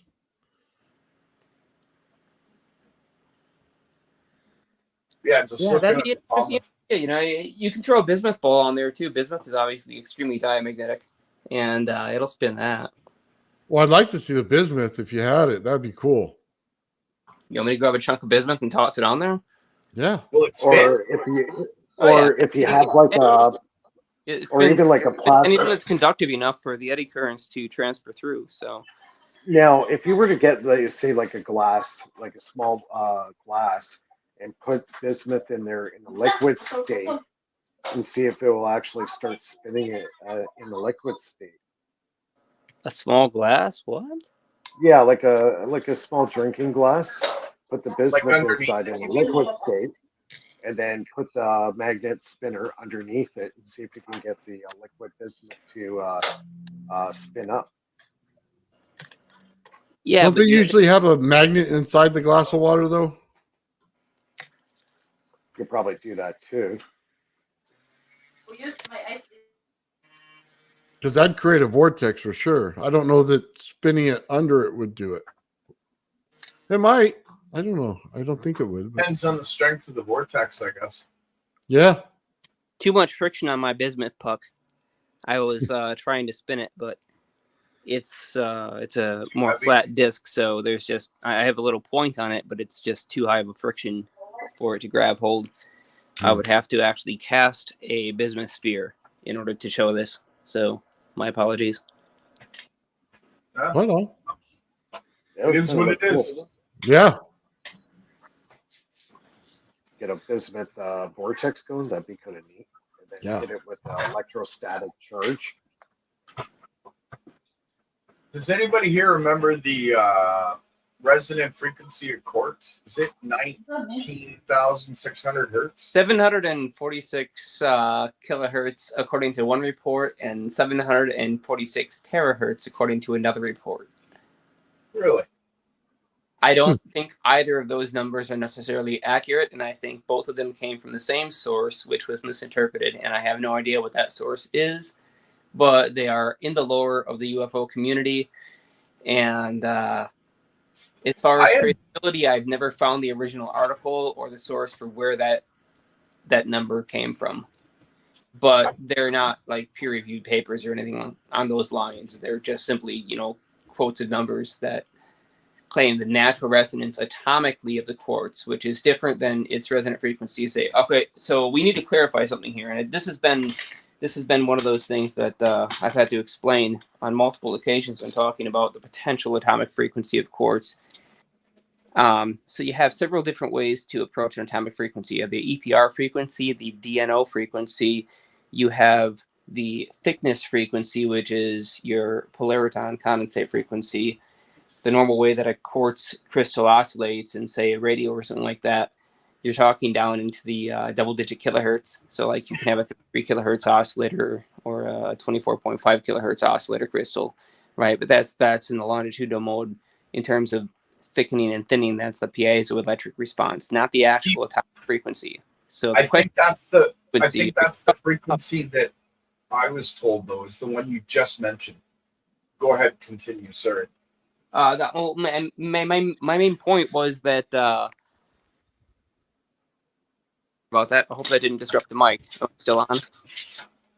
Nope, you're still on. Go ahead. Okay, cool. Yeah, so my main point was there are a variety of different resonances that you can achieve within a quartz crystal, and these resonance modes have a variety of different applications. But in terms of what is the true resonance of pure atomic quartz in a perfect crystalline lattice at the lattice structure level, at that fine scale, which should be something that's independent of the total size or cut or shape of the crystal, right?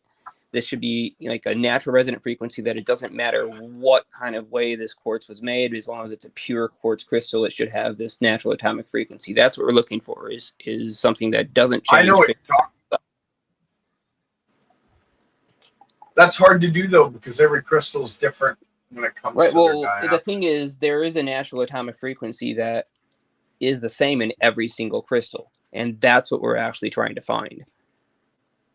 One that is unanimous with the natural isotopic level of carbon on planet Earth, of silicon on planet Earth, the various other elements that might form impurities in the crystal. So we have this fairly stable Terran ratio mixture of isotopes and non-isotopes in the elements that compose natural quartz, and just kind of, taking the average, if we remove the impurities, we end up with just a very pure crystalline structure, like, say, for example, synthetic quartz. The way that almost all quartz in all devices that you currently use today is not plucked out of the earth like it used to be. It's not mined. It is grown inside of giant vats containing the right catalyst materials started from a seed crystal. And it's a rather beautiful process and absolutely incredible to see the end result.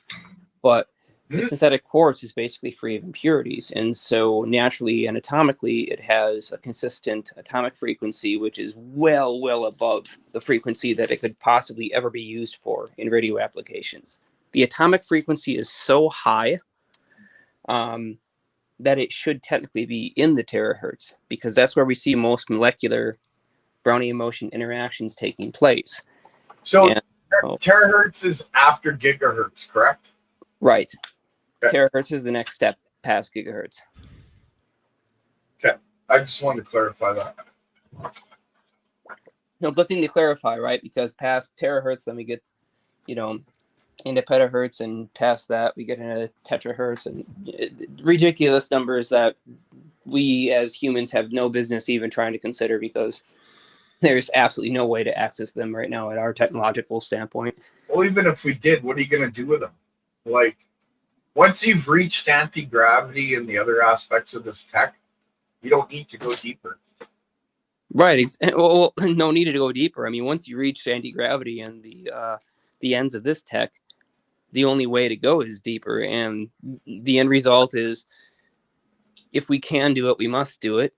And that's a policy of science that is very much opposed. I mean, every single time somebody opens up a new particle collider or even speculates about the possibility of one, besides the fact that my personal opinion on those is that they're a waste of money, because we can do low energy, high concentration collisions and get the same result with LENR. But there's always this big media hype about, is it going to create a black hole and devour the earth? And other stupid way of getting more like funding. That. Yeah, for money. It's a black hole for money. Yeah, black hole It for certainly money. is. Way to get more funding. Start complaining about it. Get it into the public eye. Oh, we just achieved a new particle. We call it a boson. Like, come on, give me a break, man. It's all a bunch of bullshit written by a bunch of guys trying to justify their careers. It's a it's a Bose-Einstein condensate. Yeah, they say that. What's a Bose-Einstein condensate? I didn't say Bose. I said Bose-Einstein condensate. Oh, I like that one. That's good. Sorry, I understand. I watched the releases when they first came out, and big pat on the back to everybody that was involved, right? But I looked at it as a field interaction, and they looked at it as a particle interaction, and so our differences and opinions. I look at nobody, so it doesn't really matter. But when I applied the fundamental forces to the speculative proposition that they had at a 5 sigma level of uncertainty, I spotted a problem, and so I'm not going to get into it because it's going to lose everybody, and I'm not qualified anyway. So I'm going to say it, Nathan. You know it. CERN is a 50-year circle jerk. Okay, I'm sorry, but it just is. What did they come up with? What, God particle? Really? Show me it. Yeah, the Higgs boson. Oh. Is the Higgs boson a field effect, or is it actually a particle? That thing, like the comment sections. I don't know. This is fundamentally what I was pushing at. Is the Higgs boson a field effect or a particle? Is that simply a number that we predicted to expect because it's a fundamental energy level between various field forces, or is it actually a physical particle that exists? And the difference between those two may seem rather trivial, but it's significant. Well, you know what? It's either an emergent effect or it's a fundamental, kind of particle. So which one is? Like Nathan puts it, though, in the grand scheme, at the end of the day, who cares? Like, I mean, no offense to you. I'm not saying that to be insulting. That's not what I mean. No, I'm not But insulting at all. when And I it comes to completely like agree. CERN, It doesn't really freaking matter because Yeah, if we can't use it, then it does means it make nothing. my coffee boil quicker? Can I get to work faster? Can I fly to work rather than drive? No. Then what the are we spending our money on? You know what I mean? I know I bust the balls of academia. This is why the system's Well, hey, broken. okay. So It's this is all why about it's those guys important. at the top collecting for their pockets. If- you know what I mean? If the Higgs boson is the information carrier for the Higgs field, and the Higgs field actually exists, and that is what gives things physical mass, then by understanding it and manipulating it, yes, we could negate mass. So that's why it would be important for can you fly to work rather than have to drive there, if it was accurate and if it is true. Now that's the real question, isn't it? Because if it's Give me if it's $50 really- billion, I'll have us in the air in 6 months, man. Like they've had Exactly. 50 years.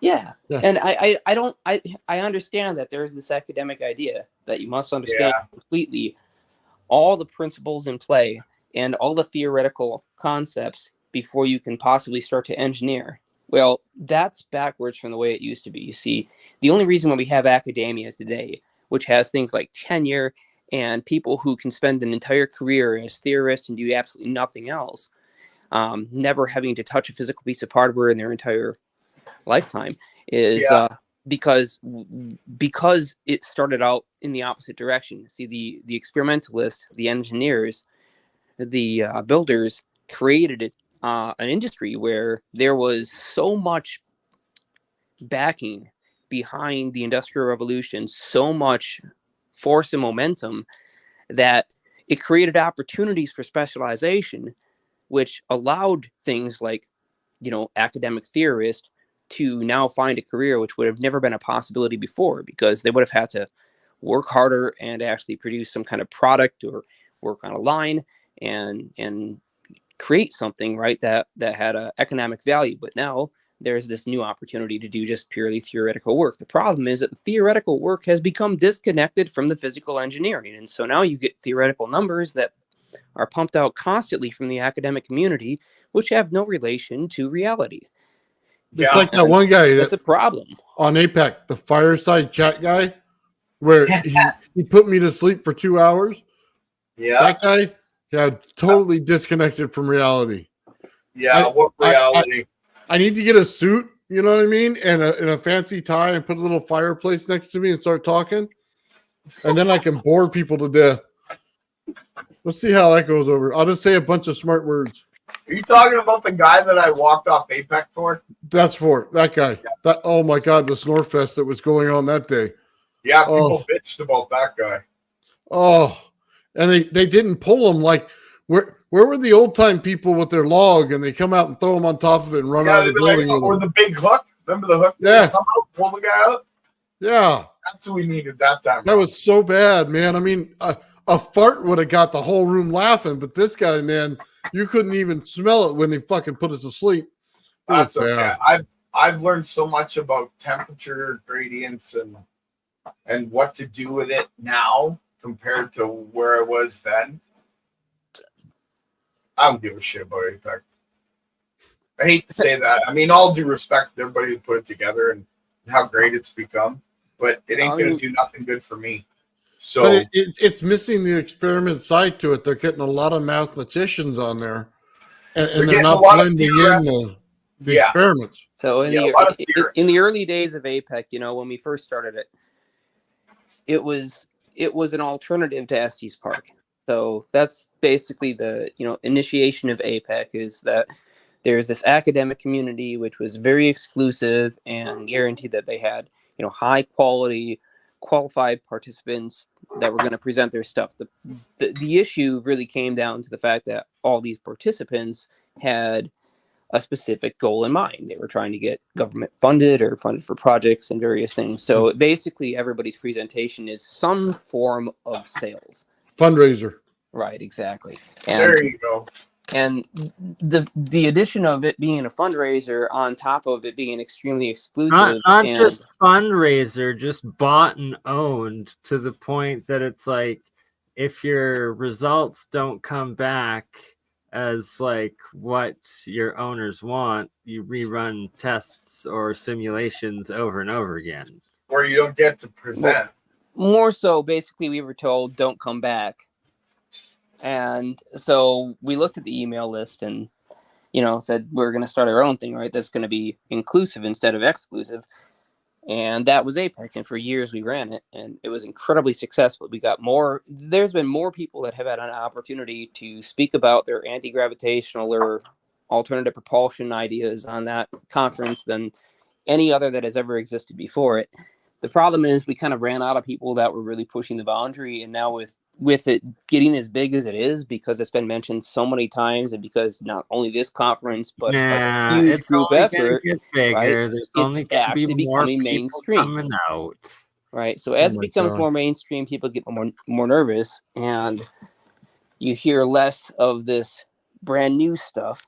And Oh my unfortunately, God. people are seeing that this is now becoming commercially viable. So instead of talking about it, revealing their secrets, just trying to get it out there in the early days when no one was listening and it was just 60 people watching or, 150 people watching, it was no big deal. That was like, I just need to get my ideas out there into this world.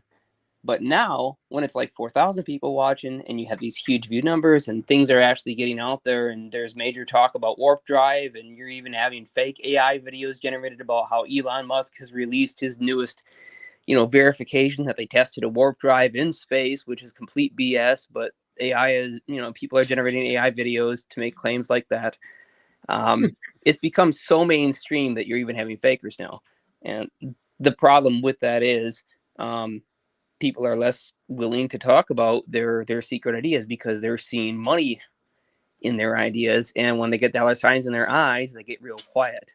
Well, that's Reading the why hard Little it's all quality about video. open source and just open sourcing it and making sure people don't go reclusive and don't get bought out by private interest or taken by the government. Greed's in the hearts of men will be the downfalls of both our countries. Simple as that. Yeah, it's that love of money. And it just keeps on coming back to haunt us as a species. Yeah. Well, I don't want it. I can tell you that's why we do shows like this, because I just don't care. I don't need their money. I just don't care. I just want to work on what I'm working on. I want to help other people work on what they're working on. Even if it's the smallest project in the world and you ask me to come on and look at your stuff, I will.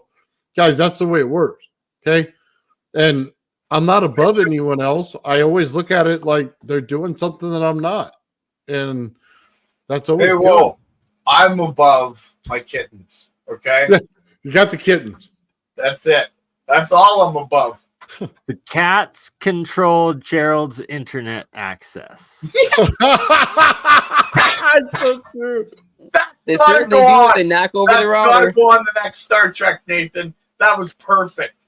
Nice. Yeah, that was perfect. Yay, Bernie. Oh, it's so much fun doing that, man. I That know whole it's not that that whole well, mushroom that's trip, that was the best. Yeah, Jeremiah, I was like, you were on that day, and then I was out. My old lady had put her cup with water beside where the router was, and the cat jumped up and right into the router. I watched it pour in and it go. Oh man. Yeah, So you just like there's- it's like in slow motion. You're just seeing this splash and you know where that You water is can't gonna run go. over You know and, what it's gonna do you to the know. core when it hits it. Yeah, it is what it is. That's why that joke was perfect. No. I gotta do a temporary shout out to Sean Calderon Yeah. and Pineapple Owl. I'm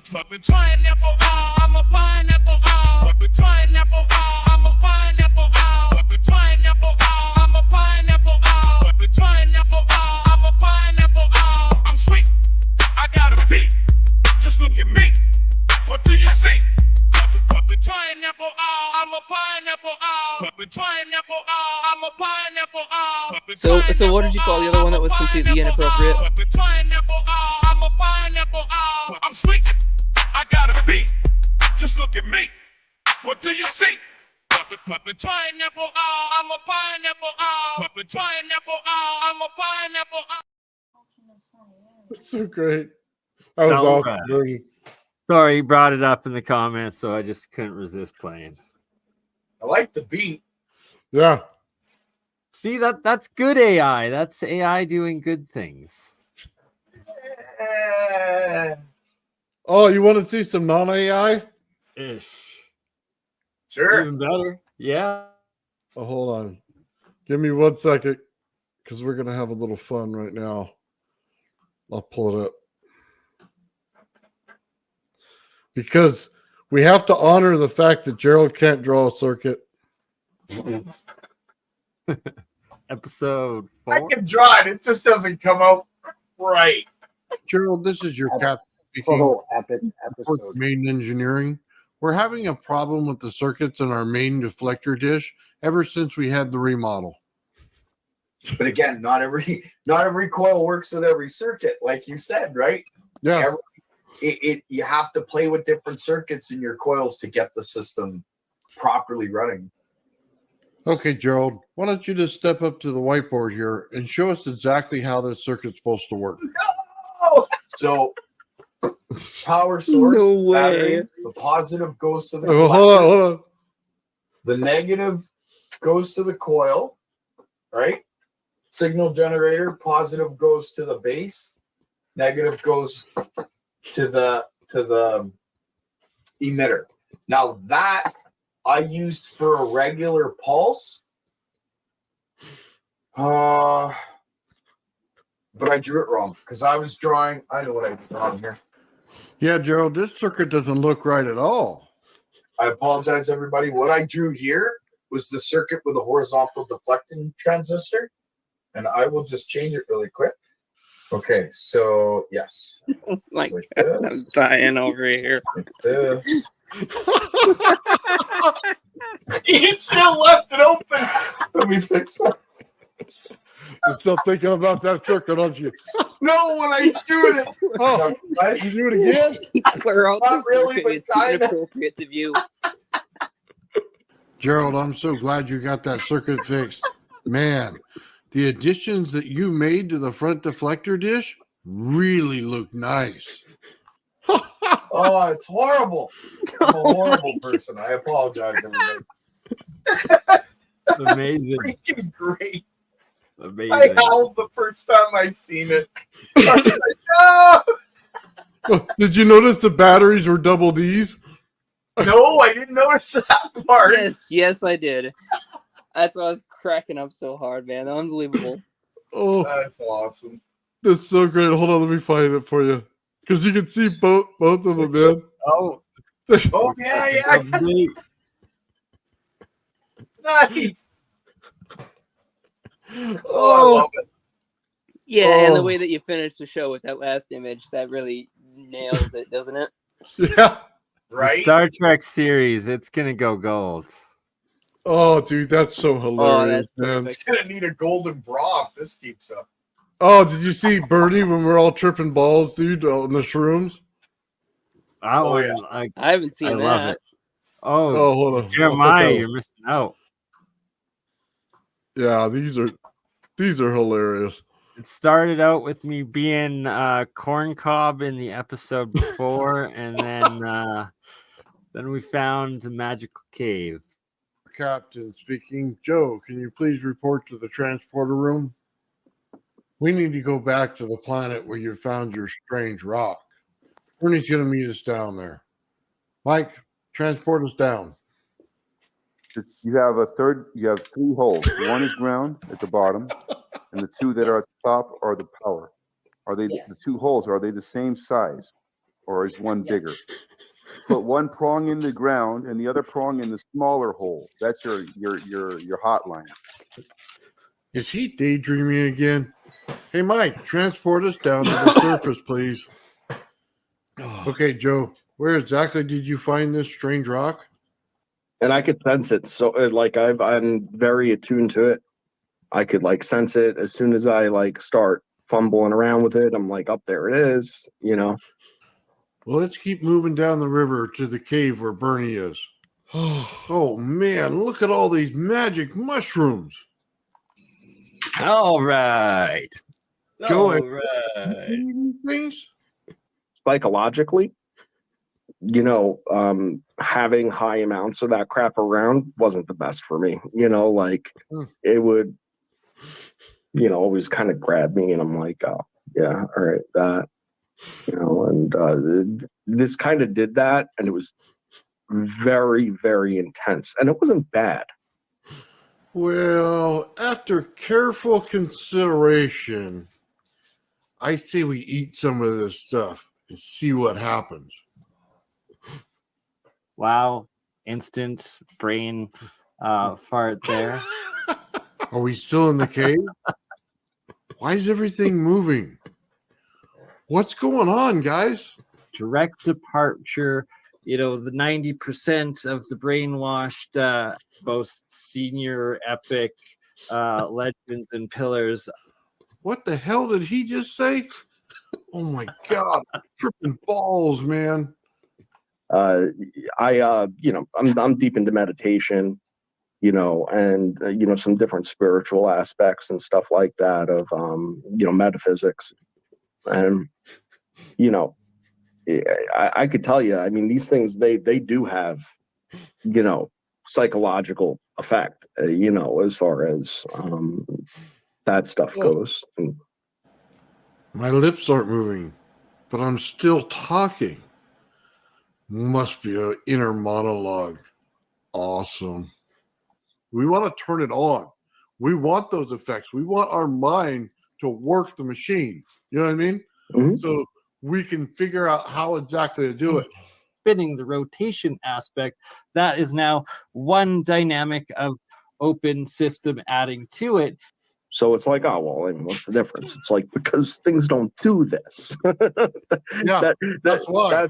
That's why. You see, like, yeah, it's subtle. You're running your finger across something and you're feeling it starting to skip on the surface, but it's smooth. It's like, things don't do this, and this does this. And yes, it's subtle, but it's there. But then there's the more extreme examples, like the thing, taking a lift off, and it's like it just slipped out of your hand. Oh my God. I can hear Joe in my head and Bernie in my head, but their lips aren't moving. And then Which it's like, so you isn't add that at all. spinning Push it this way, it to goes that way. other You push it this way, aspects, it like goes that bringing way, in and radiant the thing energy isn't going from to the exert environment, its own like if it's force endothermic out cooling of my or hand from a that you plasma, can right? All feel these on your other hand. aspects that you Like, start combining those this was dynamics doing of extra energy was forced down that like a you're sack of able to potatoes get the to the ground. exponential gains and I in your couldn't move. systems. You have 3 holes. You have 3 holes. You have 3 holes. You have 3 holes. You have 3 holes. Oh my God. There's no more holes. There's no more holes. There's no more holes. Mike, beam us up. You're right, Nathan? Yeah, I'm living right now. I'm barely breathing. I kept a big bottle of shrooms, man. That was great. I quite enjoyed that. I enjoy all you of gotta them. laugh, man. You gotta laugh. Life is too short. Oh, they're amazing. Oh my God. But Oh, we have too much fun on that thing, man. Oh, Jeremiah, what were you teasing with while that was playing? oh. Aha. The nipple. Yeah, that exchange, man. I'll tell you. That's a hell of a thing. So no, I was playing around with the redesigned Quincy system. So we have this. Well, I better take it out of the bag so I can actually show it. I've showed it before. So this is an electron emission ring. It has a sharp edge and a smooth contour on the inside. And there is an asymmetry in the angle. As you can see, the bottom side is slightly shorter than the top side. Well, that perfectly conforms to this particular geometry here. And so this is the geometry that the ring is based on. And ideally, there's a separation point here, but I'm just testing the basic physical structure to align the magnetic fields. And now, this is a magnetic indicator. On the inside of this, I'll show you what's inside of it in a second, but we can see that the angle of the magnet here, as we move it up and around, we've got the South Pole on top.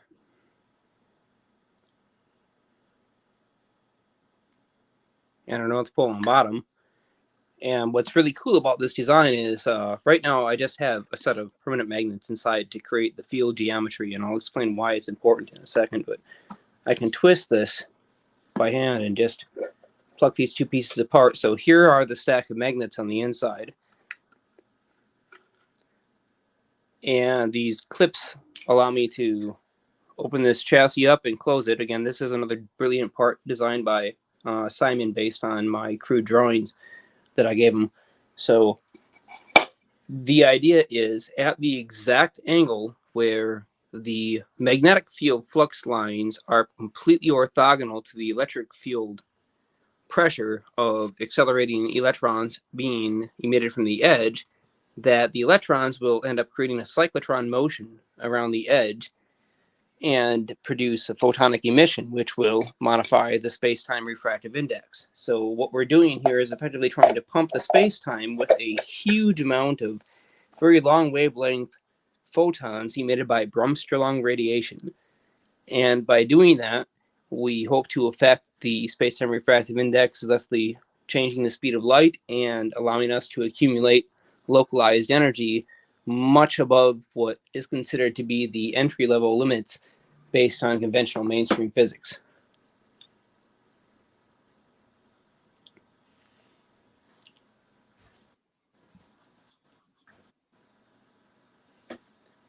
Did I just lose everybody? No, We're no, here. I thought Bernie was going to put everybody back on, and we're all sitting here in the back just looking at you. Oh, man. So basically, you're going to spin it really fast and see what pulls off of it, right? No, actually, it doesn't Sorry. rotate. So what happens is electrons fly off the edge. They experience the Lorentz force as a result of the magnetic field that is in the center of the craft. The magnetic field is completely orthogonal to the electric field that accelerates the electrons off the edge. So instead of taking a straight path, they'll take the curved path that is produced by the magnetic field.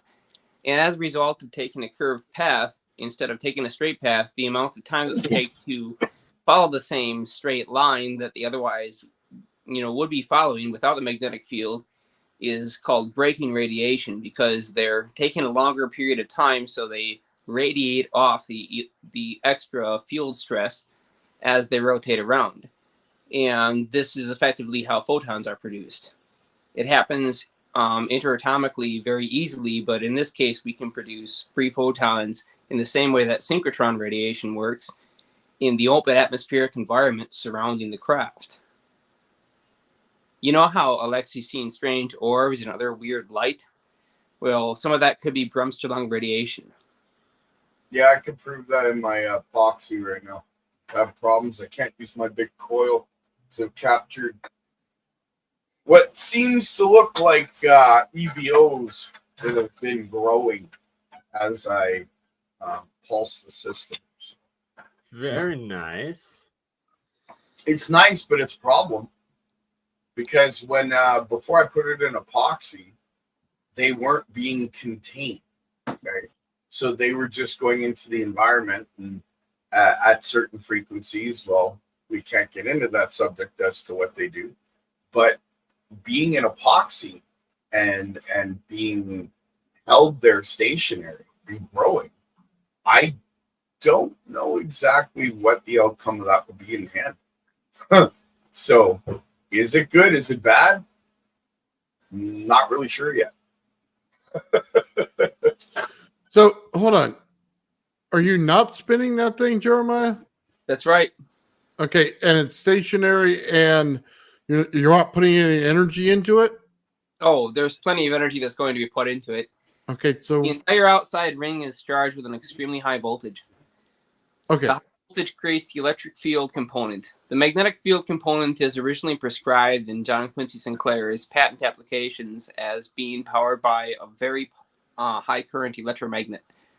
Now, I'm not going to use an electromagnet in this case, except for a very small one that surrounds the ceramic magnets. And the nice reason about them being ceramic magnets is they have no conductive shell, so no eddy currents if I need to change the field geometry. But I can basically use the ceramic magnets as a permanent magnetic field source to produce the net flux, and then it'll require me less than 10% of the energy to produce the necessary magnetic change in order to control the field geometry. So hold on, what's the shell doing? Is it repulsing the field at all, or is it creating a field around it? Yes, the How- shell is pulsing the field at the very edge. It's repelling the electrons away from the edge at a completely orthogonal angle to the magnetic field lines, Okay. which causes them to take circular motions. Then eventually they will stray away and try to connect with the hull of the craft. And you've already got it to flow on this? Because I've never gotten it to go on plastic like that and flow. No, that's just an early. You're just looking at basically the sanded prototype without the metallized edge. Oh, When okay. it's Okay. finished, you'll see a metal edge, and that will have a very sharp point on it, and a corona ejection ring, which will produce the electron flow necessary for Bremsstrahlung radiation. Okay. So That- you're looking at That's where I it. was lost. Okay. I was gonna say I spend plastic all day and it doesn't hold any field. It's kind of junk when it comes to this stuff. No, that's just a frame. Oh, but what if you nano layer like a foil metal of like Then gold? it'll start to change. Right, which is exactly what we're going to do. Yes, I don't that's what I was thinking. Just Okay. that we may try even using gold leaf because it would be extremely precise, but that would require the Some of that. surface to also be extremely smooth. And gold leaf is a potential solution, but I would prefer a razor blade edge, something that's made of much harder, higher temperature material. No, you got to look into the guy that made the ion lifter, where he actually took the plastic and coated it, and it came out like copper. Not sure which guy you're talking about. He wears suspenders, and you always see him connecting with plasma channel. But he has a process where you dip it, and it'll actually coat it. Talking about Intexa? I don't know his name. He hates tomatoes. He That hates guy. Yep, That's in Texas. Yeah. Yeah, that he coated stuff with it, so I don't know how helpful that'll be and how smooth it'll get. I would imagine it's rough, but at least it covers the plastic. I consider the approach. It is a possibility, and I might very well end up doing something like that. The problem is the seepage into the individual lines of our 3D print might cause us to deposit metals where we don't want them. Go over to a shop and get a aluminum and have them work it out with the lathe, and then put your magnets inside of it. You'll get a nice, perfect connection. Indeed, that is another possibility, but for now we're just testing the field geometry. So, like I showed, you're looking at the very beginning of just testing the magnetic flux. Gotcha. And so, in terms of controlling the electric field precisely, that's something we haven't gotten to yet. And I think it won't be that difficult to achieve. But for now, I'm just going to test the field geometry with the basic structure of the craft and see if anything needs to be modified there. And if it's good, which it looks like it is right now, then I have to consider how I'm going to get the electric field and prevent arc over. So 1 foot in front of the other. Gotcha. That makes sense. Yeah, one step at a time. Just like you, man. Using your load would, or using a load would stop your arc over in a way. Depends how you're doing it. Your system, I don't think it would work like that. No, it wouldn't, because here we just need pure potential in order to radiate off compared to the net external environmental charge electrons, free electrons that can then cascade and start to circulate. So we want that cyclotron motion in the magnetic field, and for that we do need emission of free electrons. Now, there is another possibility. I could surround the edge with a hot emitter. I could use, for example, little ceramic posts or a ceramic ring and put a thin tungsten filament wire on that and use it as a hot emission source in atmosphere, and that would produce a plentiful amount of electrons at a very low potential. The problem is, in order to produce more Bremsstrahlung radiation, we want actually a much higher velocity for those electrons. So if I emit them with a hot cathode, they'll have a lower velocity because their emission pressure is much lower. The requirement is much lower thanks to the heat. So if I emit them at room temperature or below, they'll have a very high velocity. And because your Lorentz transform depends on the velocity of a particle versus the magnetic field, the higher the velocity, you're going to get this higher curve. What was that? I do not know, but I heard it. That's so weird. Sorry, I had Oh my my mic on. Mike's dog. Somebody lost their dog. Oh, okay. Good Samaritan. Mike trying to save a dog. Good on you. So on that field geometry, I'd put a Tesla coil right in the center and spin it, and then open up the center and let the energy flow through it, and watch how cold it gets in the center. Because spinning a Tesla coil is different than putting something on a Tesla coil and spinning it. Okay, let me ask you this then. I was recently inquired about this from a fellow researcher about the idea of spinning Tesla coil secondaries while keeping the primary stationary so that there would be a relative difference in terms of the two reference frames. It was also proposed that you could spin the entire Tesla coil. I've already done that and nothing happens, but spinning the secondary relative to the primary might produce longitudinal waves. At least that's the theoretical concept. Now, in my model, it shouldn't really do much of anything. It should produce ultra low frequency longitudinal waves, but I don't see the significance of it. Now, maybe there is significance. So I figured out a way to do it. Figured out a way to spin a Tesla coil secondary at almost 2,000 RPMs relative to the primary. Go on, I'm listening. And if that was something that anybody thought was significant enough beyond just the little stream of thought that someone else had about the idea, I might be enticed to put it together and show some video of it operating. It's because you haven't introduced a secondary field to the Tesla coil field that you're not seeing what's going on. Because it'll look like it's doing nothing, but you have to put in a static field or something else in order for the Tesla coil field to move it. See, that's the differences right there. You have to introduce a secondary field. So when I do it on the Gravity Flyer, so let me remove this off the screen because we're getting a little far before that. I don't even know where that's coming from. Thank you. Can you please remove it? Yeah. So what it is, okay. What it is when you put the Tesla coil and you attach it to the top and bottom disc and you run it from the top of it all the way down to the bottom of it, you create a field that's able to push out. When you put the center of it in static electricity, basically what it'll do is it'll create the static electricity that forms right around the bubble that the Tesla coil is building. Then the rotational speed will push it out. You can also amplify it by the amount of power you put in your Tesla coil. I generally run the same amount of power in the Tesla coil, but the amount of speed will push it out, bring it in, push it out, bring it in, depending on how fast you run it. And you'll be able to create a field line that'll show up when you put a light bulb next to it, and you'll be able to see when they're starting to interact very much together and cross, and then when they're far apart. And you'll be able to put the distance of your field in that. So that's where the magic starts to happen right there, is you have to be able to take one field and push the other. And if you don't introduce the secondary field, you won't be able to push it because there's nothing there to push. It'll just react like a standard Tesla coil.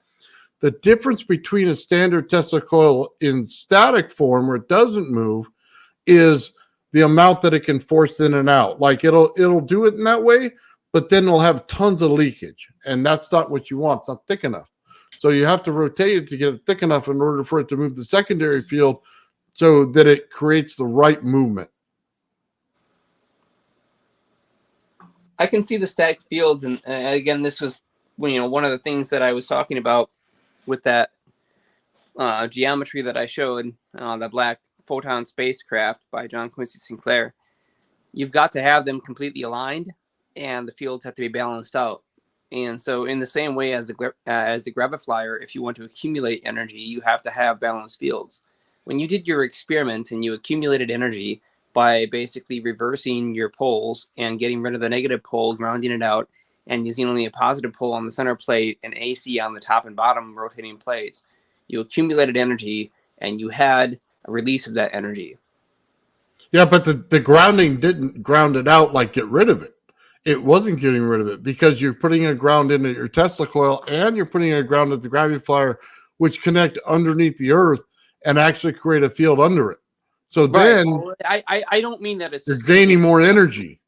it doesn't disappear. No, the energy never disappears. No, it gets stored. And Yeah, so but you're pumping that energy with that Tesla coil with those two fields under the ground. Therefore, it's accumulating more energy in your Graviflyer. right, so you end up with a net force between the two systems. And so I didn't mean get rid of the energy Okay. as in destroy it. I meant get rid of it out of your circuit. You're pumping it into a tertiary circuit that is your earth. And Okay. by pumping it into the earth, you're removing it effectively from your circuit, and now it becomes part of the resonant circuit of the earth. And it does accumulate locally, more so because you have resistance in the earth earth crust. And the high resistance of earth crust means that you tend to accumulate charge. So say, for example, after a lightning strike, you're going to have the net charge of that lightning strike left over in that general region geologically for some period of time until it has a chance to dissipate. Well, that's kind of the reason you have anti-gravity, isn't it? You have a field below and you're creating a field above, and then you're Right. counteracting the fields and it lifts. Right, and then that's how the Graviflyer flies. There you go. That's how a lot of these systems operate. But the way that they actually achieve the energy levels required to produce the necessary electric field intensity is rather peculiar. I mean, it's very unintuitive. Well, it's creating a megahertz frequency in it when it creates the ring. That's why it's done that way in how it's being built. It's going from kilohertz to megahertz, and then it goes up to a couple hundred megahertz when you hit it, when you amplify it with a piezoelectric disc. There's a massive amplification that comes out of this thing that most people aren't realizing because they don't see it when it's connected correctly. They put it incorrect and they hit a dud. They don't align the fields correctly. They don't put it in the correct configuration to accumulate energy.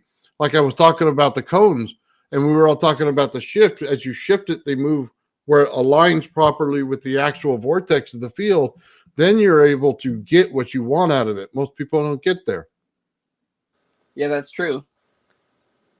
And aligning the field geometry is extremely difficult. Alexei tried to specify when he sent Charlie C his kit the dimensions, and they made their best effort to align them. Unfortunately, Charlie's kit showed up with broken magnets, and he replaced them with ones that looked basically the same. But allegedly now there's this whole controversy over whether they were the right type of magnets, and I didn't even want to get into it. But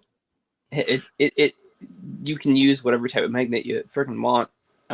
It's just a matter of the distance, and so the electric field versus the magnetic field are really all you're looking at there.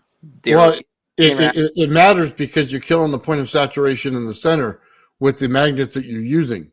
You're over amplifying the center and create heat in it, so it doesn't allow it to get to the point of saturation because there's too much heat. You need it to be a different field. Okay, it has to be a dielectric, Right, and then it gets saturated. I'm not saying that the type of magnet doesn't matter in terms of the spacing.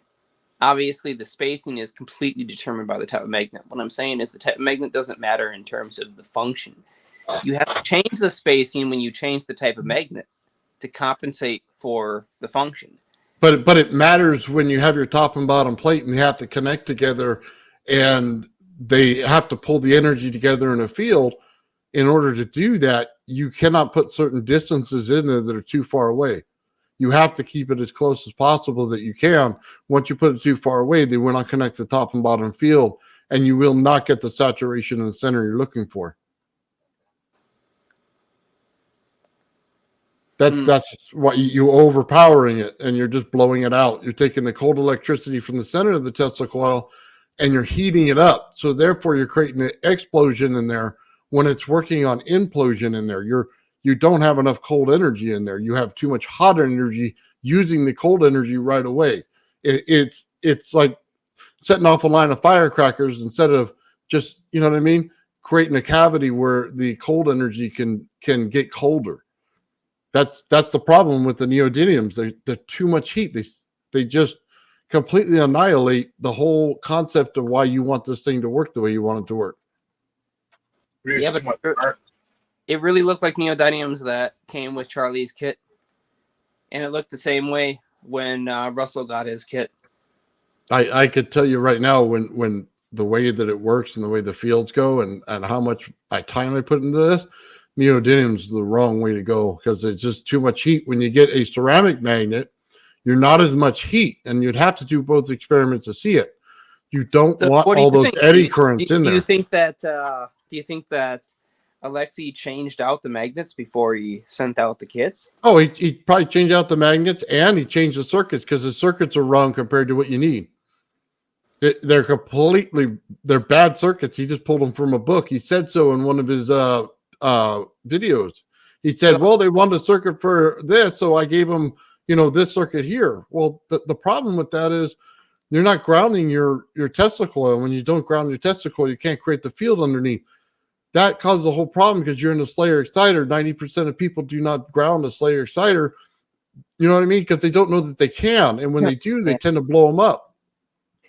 Dude, running a Slayer exciter without a ground is kind of insane. Well, dude, they do it all the time. You haven't seen these videos everywhere? No, I've watched too many of them. Honestly, it's a bit of a heartbreak. I just stopped. I don't want to lose faith in humanity because I think that there are smart people out there, and that they're plenty. And I want to believe and continue to believe that the world is intelligent. But when I watch some of these videos, I lose a little bit of faith in humanity, and I try to avoid doing things that assist in that overall process of losing faith. So I'm sorry to say it that way, but yeah, I don't watch a lot of those things because there's enough stupidity out there as it is. I mean, good God, do we really need to push it farther? Well, see, now if they learned their lesson by what Alexei actually did by putting that wire down that Tesla coil, they'll start to understand how Wardenclyffe putting the pole down there goes down to the water underneath into the water table and why you want to put it in there. So you want to look for Tesla's third type of energy. So when he went to a trip, I believe it was in France, he put his equipment in there and he lit up like a light bulb, right? All kinds of like purplish blue color all over his body. Yeah. Well, that same effect comes from your Tesla coil when you put the wire down the center of it. You create that cold electricity, which is actually what made him glow that day. That's the same effect that happens in the neon in my coil all the time. Yeah. That new transistor, it shows up every time I turn it on. It's crazy. So if we use that type of technology like Gerald's doing, like the Tesla coil's doing, now you start to understand where he was going with it and why energy can be transferred huge distances through the ground, not through the air. The air is explosion. We don't want that. We want it through the ground. We want implosion. So that's how you have to connect it and understand it. And until we get to that point where we can saturate the ground right there, I mean, I don't know a better way to tell you guys, but we're not going to achieve what we want. Yeah, so in my experiments, when I created a very high oscillating electric field, which technically is producing longitudinal waves, and I placed my hand very close to the emitter of that electric field, I felt a significant heat. The emitter itself did not get hot, neither did my hand, but I perceived the sensation of heat. Right. Well, that's Mike, gravity fire in the center is 20 degrees cooler than ambient air, but the outside will burn your finger. Yeah, I did an That experiment ambient with heat, aluminum though, plate. that sorry to interrupt, Gerald, but it reminds me of the heat I'd feel with this thing when it was fully intact at the bottom, like it heats up your hand so quick. It's so weird. Yeah, I remember that one. That was a really, in fact, Bernie, I don't think you ever told. No, I did rip it apart for you. That's why it doesn't work. No, you told me. You told me. I don't think you ever told me. Oh, by all means, explain. Oh, it's actually, I can feel it heating up right now, even in my hand, still like this. Wild. And that's torn apart. So Yeah. originally, Nathan, what you're looking at there is, and I'll kind of prep his story with a intro. He had this thing perfectly covered in foil. Okay. It was built on a base idea that geometry could somehow harness energy, and it produced a heat in his hand that was It so still hot. is right was now. originally covered, right? That that you couldn't hold it when it was fully coated, right? And you had handed it to several other people that visited you, and they also couldn't hold it. So tell us a little bit about what this thing is, and what your idea Literally about why it might be just doing this copper wire, I think 14 gauge maybe, and aluminum foil built off of a tetrahedron, those 3D printed. And yeah, it's like, wow, my fingers right now are even like getting all like tingly and stuff from holding it in the palm is still heating up, right? It's quite a sensation. But yes, you're correct that several people friends of mine that came into my house, I would let them hold it, and most of them would end up dropping it and be like, what the heck? And like I would make sure not to allude that it was going to be hot or heat up, just to get like an original reaction and make sure that like I wasn't imprinting the idea on them or anything like that. And the one anomaly was anyone that had been drinking alcohol would like just be completely numb to the effect and like not notice anything at all. And it's like, it was very strange that way. Very, very interesting. That's cool. I like that. So basically, is it just wire on the inside and then you put all the foil over top of it, and it's produced in the field? 2 layers of copper wire woven in triangle manner, and then aluminum foil on top of it twice. I'm going to try that. I recommend it. But I connected all of the triangles like back up to the top, so it's like they're all wired to like one corner. So do you think the energy is pulling through your hand from the ground? Possibly. It's like some sort of antenna. And Well, yeah, they say pyramids pull water from the ground, so that's why I'm asking. Well, one easy way to find out is, be holding it in your hand, and it's the left grab hand. hold of a water pipe.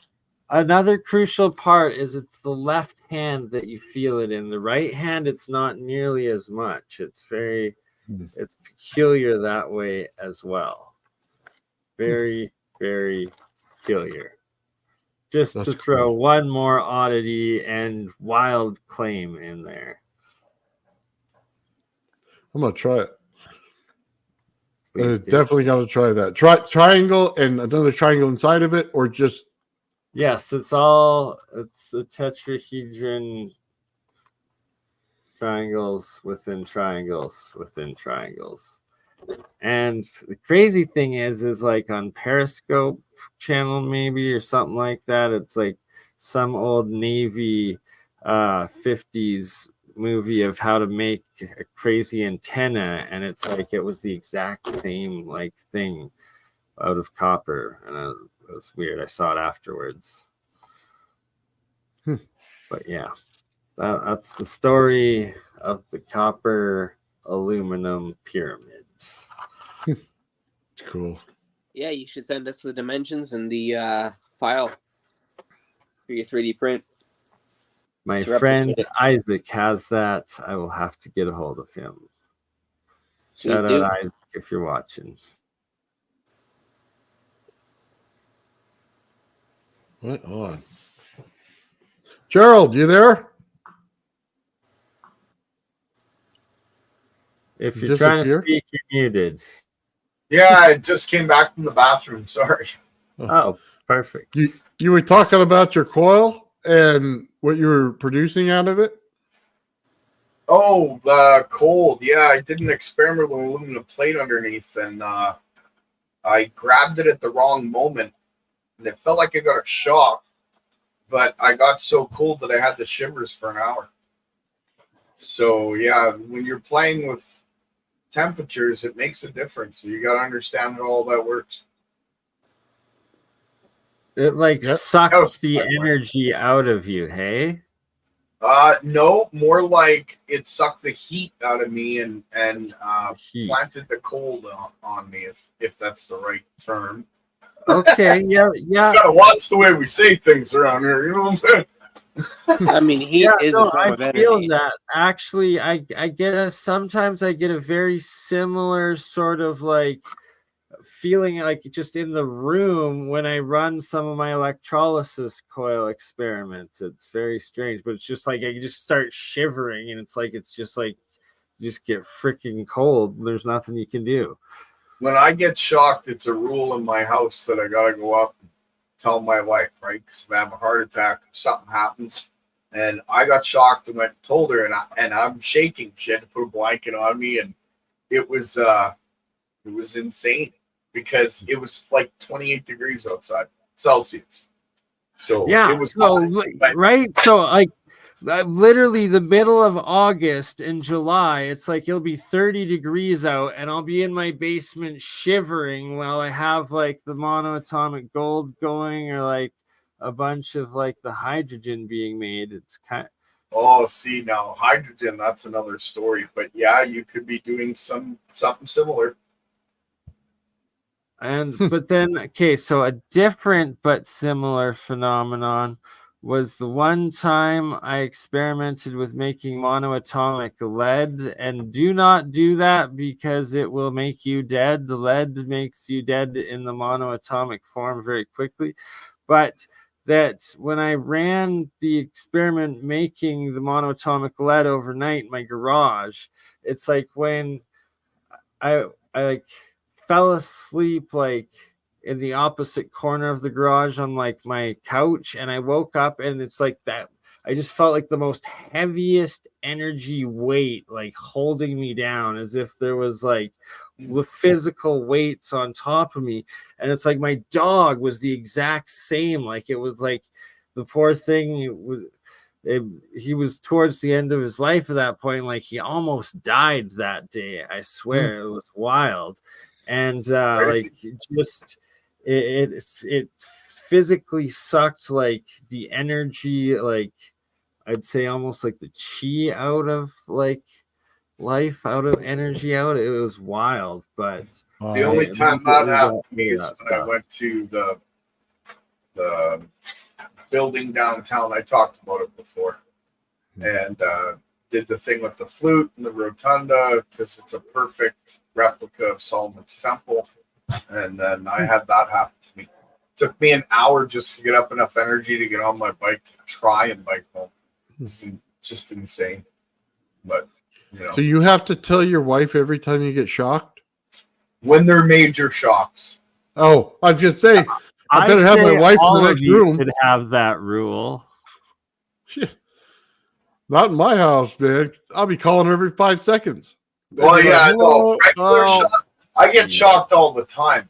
But when it comes down to like stuff that's heavy, then I'm like, okay, what the heck just happened? I gotta tell somebody because you Where never it know. leaves you shaking. That's Well, I heavy. was literally like as if I just come in from -5 degree weather in underwear. So it didn't make sense why I was cold. Not until later, and I thought about it, and I was talking to Nathan, and it just went click. Oh yeah, right. It's the same as putting a lighter inside my coil when it's running and the voltage goes up. It's just playing with temperature, right? It's all it is. Except that was the one that was the temperature. Does your voltage go up if your amperage go up? You could say a bit of both, but it shows up as voltage on the meter. It's interesting. Yeah, I'm gonna show that on video. That's the other video I had to do. I got a couple logged I haven't shown or put up yet. So I'm gonna write that down so I don't forget, because I will. I feel you. It's never ending like list of work and projects. That's why I have so many notes. That's why I do the scientific method, because otherwise I would have forgot the last experiment I did at 11 o'clock this morning. I just do so many, right? So it's like, you got to write this stuff down. Well, look at how cold energy is done. So when you get a cold energy circuit, right, you have to take a light, and it can't just be an LED or something like that. It has to be a light with those little fuse-like things in it, those little filaments, okay? Like a car light bulb or something. And basically what happens is it'll suck energy over to it. So there's a path of least resistance. It stays on the hot side. But this cold side, you put it in, and it'll pull the energy towards it into there. So if you got that kind of effect going on there, you're going to be pulling cold energy into it. So whatever system you got running that's cold, you're getting it pulled into you. Kind of an interesting, it's an interesting way to look at it if you actually look at how the circuit's built. Yeah. So another interesting phenomenon I experience every time like I accidentally touch a bunch of like the monoatomics or even like the diatomics, like the oxides or whatever, which you should never do because you get heavy metal poisoning because it's nanomaterial and instantly absorbs through your skin and through your cells. And because it does that, then you have all of this crazy charged metal material in your fingertips. And it's like, I literally, every time that happens, it's like the wildest, as if I've been like charging my feet on like a carpet and like pillow and like whatever, like just a giant static charge every time I touch metal after doing that. And it's like, it's wild. It's, I don't know. I don't recommend it. I can't, when I did my lighter experiment, I can't hook the lighter to the coil, because if I do, everything I touch in the room gives me a shock. There's a way of hooking it to the casing of the lighter, and it literally shoots electrons out like there's no tomorrow. Shoots electrons out like the cold electric video we showed the other day. Is it like a pew pew pew pew thing? You know what? I didn't see that one, and I actually missed that live and everything. That was Friday night, wasn't it? Like that was yesterday. No, it was Yeah. like You just did a Rumble only stream on that, yeah. yeah, that was the Rumble only stream. That was Wednesday, I think. Or Yeah. Wednesday. Yeah. I missed that one, I think. Mentally. You know. I missed the thing with water that you showed. I wanted to look at that. Because I actually have an experiment on my desk. I'm just getting ready to. What was going on with the water? Which video was it? Bernie, was that your video that was there was a light I'll bulb? bring it up. So yeah, the one that we were playing, and it's also the one. Oh, that yeah, has yeah. the same effect. Yeah. Okay. That I remember. That might have been the video Oh, that Jeremiah, actually. I wanted you to see this. So well. There's an old YouTuber out there by the name of Mr. Angus Wangus. And he Angus uses Wangus. Tesla's hairpin circuit. I know he makes fun of it himself. Okay, but Mr. Angus Wangus, okay, and he uses the hairpin circuit, and he's got the light bulb light, and he's got his fingers in the bowl of water, you know, with the spark gap. Oh. Electricity, right? So Angus Wangus, huh? Mr. Angus Wangus. I know it's still on YouTube. I looked at it last month. So you talked about circle jerks and Angus Wangus, huh? Mr. Angus Wangus, man. You sure is. Ah, sorry. Got out. Oh, I love this show, man. Oh, so many fun moments. so many clips, and just so you know, Nathan, I hit like the clip marker for each one of these, so you can go back in like the StreamYard editing, and there's markers for each like clip that are good for Star Trek and the rest of it. And I barely got to learn any bit about the StreamYard editing part. I didn't even know they had it until you brought it up. all right, well, I guess I'm gonna have to teach you that another time. Hi ho, Timothy Brock here, coming to you from Sesame Street News. Look at Gerald. I just had I to. love Kermit. All right, Oh. there you have that one for the next clip too. Oh my god, dude. I can see it now. We're gonna be in there with freaking Ben and what's that guy? Letterbot? Yeah. And And we're then gonna the be pineapple whatever. Angus Wangus and Circle Jerk. Yeah, Oh my god. gotta have fun. Oh, Angus, Angus, circle jerk, 3 holes, put it in the little one. Is it hot? Wiggle it around. You got it. Beam me up, Scotty. My brain just went no. Mind blown. oh, You know that's going in one of them, Bernie. You know it. oh, I always do that. All right, because that's how Bernie opens all of his shows. All right. There you go. Oh, that corn was the best, though, man. I love Every time I have it on Facebook, it says corn something, and I'm like, what the is that? And I'm laughing my butt off, dude. So I had to put it in there. That's freaking great, man. Oh, I love showed those- that to my those Star girlfriend, Trek and she series. laughed so hard. She loves it. It's like we all love it. It's amazing. well, Yeah. because everybody was talking about something totally off topic, right? And I took the whole subject matter out of the topic, so it just sounded like a bunch of random stuff. Oh, so great. I like the part where Exactly. It was Joe's in your beautiful head, trolling. so- It was amazing. We hey, gotta Joe and troll Ben's it. in your head. So which one in his head? Or when Joe was in your head, you're sitting at the end of it there, right? You can hear them both talk. It's just like that was funny. I don't know if you ever had those kind of experiences, but I have. Oh yeah, yeah. More than I care to explain, actually. I just gotta tell myself it's not real. It's not real. It's gonna go away. It'll be all right later.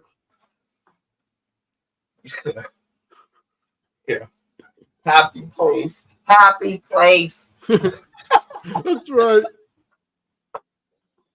Oh, that's so great, man. I got more videos coming out. I've been doing some in the last 2 days. Right on. that- Hopefully, it's your presentation. That's Yeah, well, that's the thing. My issue is okay. So when I do videos, you see them short, right?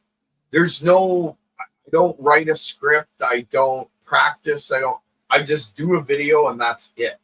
Like from beginning to end, and I put it out. I don't even edit because I don't have my editing program's out the window. So when I get that from you, yeah, I'm gonna put my presentation out.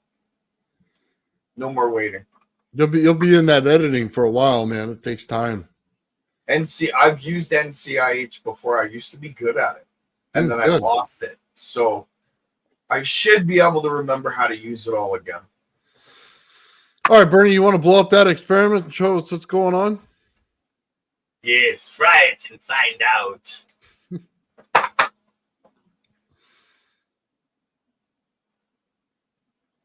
That doesn't All look right. That doesn't I think look right. my computer is frozen. All right. Can you hear me? Yep. All right. Maybe we're not frozen. Oh You keep no. doing it.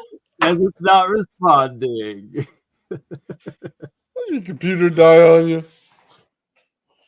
Oh, You need a new laptop, Bernie.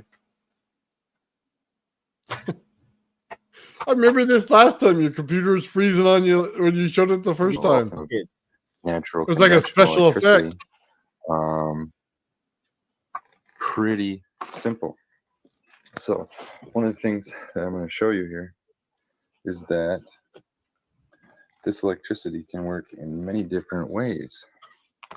One of the things that I want to show you quick is this cold electricity.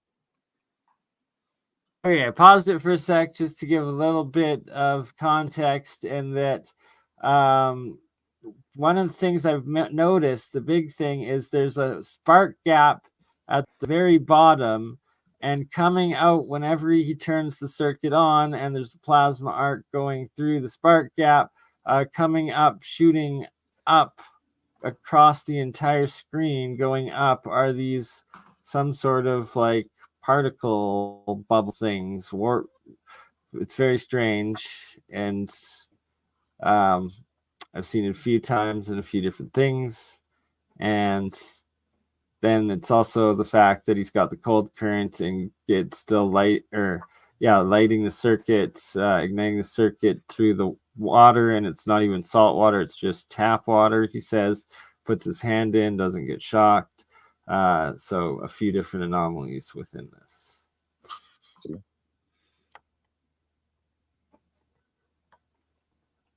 Can obviously just light a light bulb. Wow. That feedback noise. But I don't know if that was from. Thing about this cold electricity. Yeah. Light a light bulb. Right there at the bottom.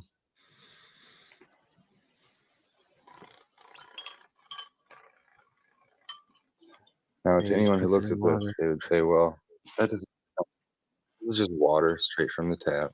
Nothing special about it. I'm going to dip those in there. So now the whole thing is submerged in water. What happens when I turn I the cold think he's- electricity on? Yeah.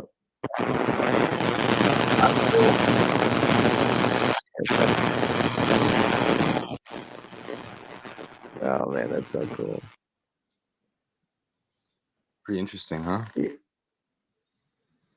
Yeah, there's a video on Instagram of Daniel Nunez doing You something can say, okay, well, similar, that's just a putting his finger in the fluorescent water. bulb.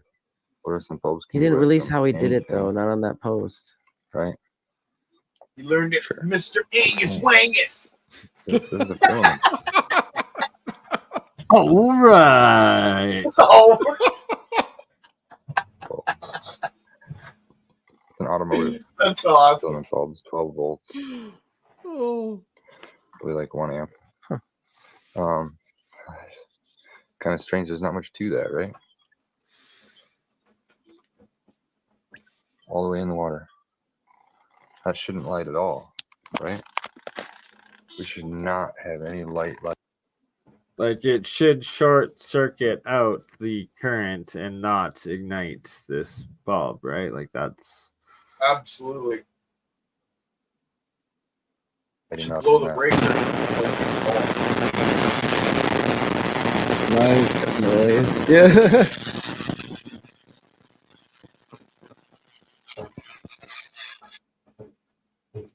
Hey, hold on. I paused it here and look at it's recording something shooting up from the spark gap that kind of looks like drips right now. But it's like little or something. It's so weird. But I actually recorded the same effect by my own Tesla coils one time. See if you here. can slow it down. Like you can slow down the speed. Get to the point where you think it might be shown, and then slow down the speed on YouTube. Yeah, that's what I like to do. Get a nice slow look at it. Good call. So I was monitoring a right in UFO this that way. It area. was Not have any light.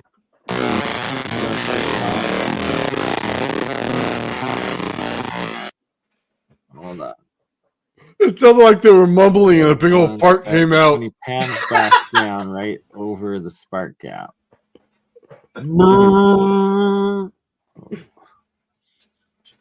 Too slow. Yeah, he should be like flailing if that was not cold electricity. Here. Yeah, right here. Right? Oh, See this? What's going on? Okay, so right in this area right here, you'll see this like constant stream of things like shooting up. But sadly, it's like it doesn't really go into focus while he has it on. Oh, I think I know what. Okay, Right go here. ahead. So right here, you'll see it. Oh. Oh. Perfect. well, that's not Right it. there. Right there. By Ricky. Darn it, YouTuber. I think I know what you're Google talking about. / alphabet. Hold on, yeah. Right there, right there. Oh yeah. You see There all it What of is is. that? that? Some kind of distortion. Yeah. Yeah, right here. You see what I'm It's a talking about? light. So there's a Yeah. light right there, and there's some kind of distortion Water, from the all these light, things like Yes. Like it's almost like beads of water shooting out. Okay, he's Up got a there. spark gap there, right? what the heck is? Yes, 100%. It's when the spark gap Okay. has the arc plasma go through. And then the lights coming up from that, like Yeah. a bead of lights, like a string that goes straight up. It's coming off of the spark gap. Look right here. The spark gap's right there. The spark gap's right there. It's shooting up off of Oh, the spark yeah. Oh, gap. pause See it what right I'm there, talking- Bernie. Oh yeah. So there's like one here, one here, one here. He's got Yeah. two spark gaps though. Didn't he? Yeah. Yeah, I he had a guess spark there's gap. one. That's some kind of Yeah. distortion. I Yeah. see it right there now. You see what I'm It's a talking about? light. You see it shooting right here, right now, right? Yeah. Just a little bit before that, I think. Yeah, it's hard to catch it. Oh. It's- Hold on, yeah, he has to have it on. Right there, right there. Here it is. Oh yeah. You see all What of is that? that? Some kind of distortion. Yeah. You see what I'm It's talking a about? light. Yeah. So there's a light right there, and there's some kind of distortion from the All these light, things like up there, and it goes all the way what to the the heck top. is that? They're particles. It's coming off of the spark gap. It's heat. The spark gap's right there. Right the there? spark gap's right there. It's shooting up off of Oh, the spark yeah. gap. Yeah, you can really see it if you know what you're looking for. I That's don't think cool. everybody sees it though. The little Right, piece you of gotta tape on want the a bottom weird there, anomaly, you know? Yeah, And Is- I then, see Yeah, it is. that. where and it you comes unplug off of and it. then it stops. So it's coming from right One down last there at the time. spark gap, right here, right? There's the spark gap. Yeah. And it comes straight up here. Yeah. And you see it in the camera, right? Yeah. Yeah, that I've Moving seen straight that up many times plasma. before. It always is above a spark gap. And then But it's yeah, gotta it's be always cold above a spark spark gap. Always. You know what right? though? When it's a hot one, I don't see it. So I have an update. So cold current, cold electricity or whatever here. From my guess, yes. Not medical advice. They are less lenient. Or they're I'm sorry, they are Oh, more pause lenient that. than YouTube. Whatever he's saying there, pause it. Yeah, we don't need the volume on that. Sorry, yeah, what Ben's saying, sorry. Yeah. We'll let her play. And then as soon as so this is like now he's putting an incandescent light in, and then it actually puts a plasma when it ignites, as opposed to like a yellow filament. And then you'll also see the same effect of the particles shooting up every time he turns it on.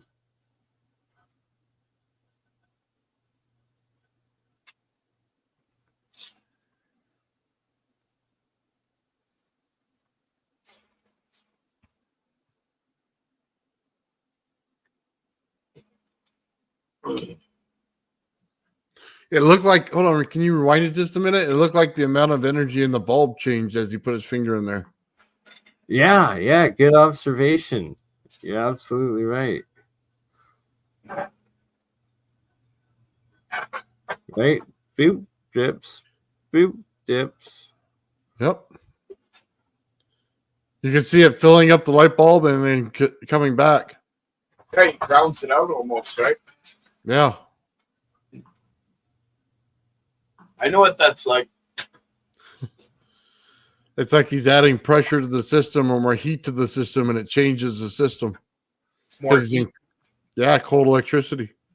Yeah, but most Comes people back would down, think of we'll it as see that. like See- you're grounding it out, but you're And like, essentially look at how it's more of a plasma, like a white plasma-ish than the yellow That's just filament. And now you can see right here, right? There's the anomaly. yeah. And each time he turns the bulb off or the circuit off, it instantly stops, obviously. But it plays one more time here in slow-mo, I think pretty good.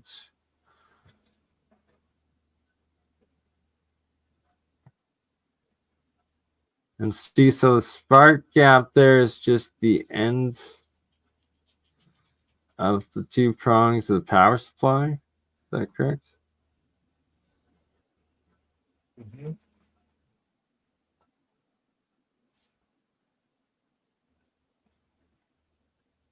And I wish I could fix the resolution. It's the resolution of his camera.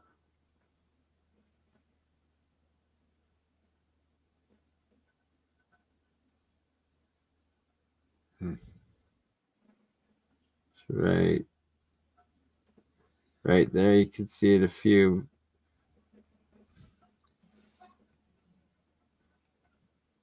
Right there. Yep. Same string of beads. I see Right? it Like all it's the time. yeah, it's like a string of beads, right? Like Yeah.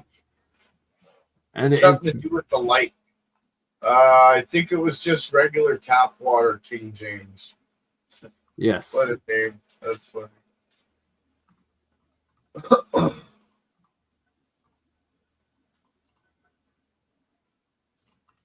Very strange. Very, very strange phenomenon. I like it. I think it's awesome. Me too. Don't try this at home, folks. Definitely, we do not endorse or recommend trying this at home. You will most likely end up dead. Don't do it. This is an anomaly that is not supposed to be happening. Like Yeah. I wonder what the amount of physicists power that say would be about going that. in to fire that up. Hey, I wonder what physicists say about that. You probably say it was faked. But even if they saw it right in front of them, I can't wonder. Well, of course, because they don't understand the heat relationship. Yeah. It's a hard thing to understand, Gerald. You have to do the experiment to see it. It's true. That is true. Yeah. I've done lots of experiments. Even then, I didn't see it. It took you to point it out. Right? So. Why do I keep watching video games? Hey, there's my ex. Oh, no. Sorry. I mean, that was after I broke up. No, I mean.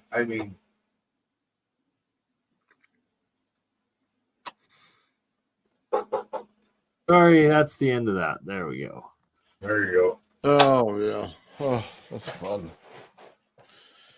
See, I'm gonna have to bail here. I got some stuff I got to take care of, and No I don't know worries. if you'll be on later or if you're gonna keep going or what you're doing. Yeah, it was that 3 hours. Yeah, well, what are you saying, Nathan? Do you want to go over Yeah, a little? we can go a little longer if you want. Nathan's going all day. He's making it a marathon. You know, I'll see you at 2 in the morning. Oops, sorry, I didn't mean to do full Get it. screen. Come If on, you're still on come after on. I'm done helping in the There we kitchen. go. Thing. There we go. Right on, Gerald. Thank you for coming in, man. Hopefully you're on later because we'll have some more fun. Damn straight. Damn straight. I got a few Absolutely. things that hopefully we'll be able to show a little later. We'll see. All right. Thanks, guys. We'll talk to you soon. Thanks, Gerald. Thanks, everybody No out there. So, Bernie, did you understand what I was saying earlier about this whole scaling? Of the octaves Yeah. and the music, yes, absolutely. That's why I keep bringing this up. It's huge. So when I was talking about the cones and Victor was talking about the cones and getting the alignment correct and then put it in the correct octave, it was because the vortex on the top and bottom are creating this guy's chart. It's literally creating the octave chart right there in that vortex as it goes up and down. That's where it connects. And a lot of people, nobody I think ever mentioned it before I said it now. You know what I mean? How that connects into this whole ether thing and why it does. Right. And it's all within Walter Russell's vortex-based periodic diagrams and systems, because it's like the universal law of mathematics. It's so much more. And people just think it's one or two chart. It's like there's literally 30, I believe, different octave periodic charts, like different scales using the octaves of plotting the periodic table of elements, and then also like thinking like hundreds of other just diagrams of energies with the vortex, the cones, and the displacement of in, out, negative, positive, in of the ether, right? Yeah. Creation, destruction. And so here's like first octave, second octave, third octave, again, of the periodic tables on the octave spirals. Like it's so beyond ahead of its time that like. Well, so let's take it this way. The Anunnaki talked about putting gold back in, right? And how it fixed their atmosphere. Well, now you understand, looked on this table, if you put it in the vortex where it goes, they mined all the gold out of their planet, so they couldn't get it to put it into the vortex. So when you don't have it into the vortex, it conducts differently than every other element. So when Gerald shows his coil and he shows his gold and silver coil, he's getting different things coming out of it based on the energy that going through the gold itself. It produces a different field. And here again, a complete another octave-based scale geometry of the periodic tables, their charge differentials between them, all on this octave, like mathematic, geometric universal structure. And it has to do with the spin and the rotation. That's right. Everything in the universe, right? Like, yeah, you have to align the vortexes in order to get it right. And once you align them, you're in the correct octave and you're in the correct tone. So, and then it puts you right in the right frequency to do it. You see the difference when you shift right? it like That's this. how you get different isotopes by being slightly off tone. That's right. It's all one big circle. You just had to know where to put it. This is the one big circle jerk of universal God and the creation of matter and antimatter from the ether and back. That's right. It just keeps repeating itself. Just keeps on circling around the galactic black-white hole. Oh, man. And the universal scaling and how they all just fit into each other. And when you use geometry with mathematics in an analog state, it's exponentially like smarter than we are today. Like it's wild. Just wild. Oh, the upper picture, when you go back to it, Bernie, there's a reason why that inner cone is there.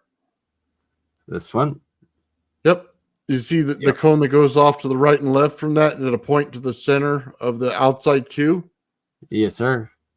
It's the same thing that Gerald was talking about when he put the flashlight in his coil. So if you take the coils on the outside and you spin a flashlight in there, right, it's going to refract. So it's going to break apart and create the center one that's larger, and then it'll go back out as you put the other one into it, right? So in the center, it makes that diamond shape that we're seeing here on that top picture. Absolutely. And that's the focal points where you want to be able to have your reaction or your trigger, right, of what you're achieving. That's why it's easier to see it as a diaphragm in the center than anything else. It comes to a point, but then the electricity itself pushes out from that point, and it creates that round sphere. C is red, D is purple, E, oh no, C, oops, C is maybe more, there's this maroon, orange, E, F, orange, G, yellow, F, oh, F, A. I don't know music notes. I'm bad. I got to learn that.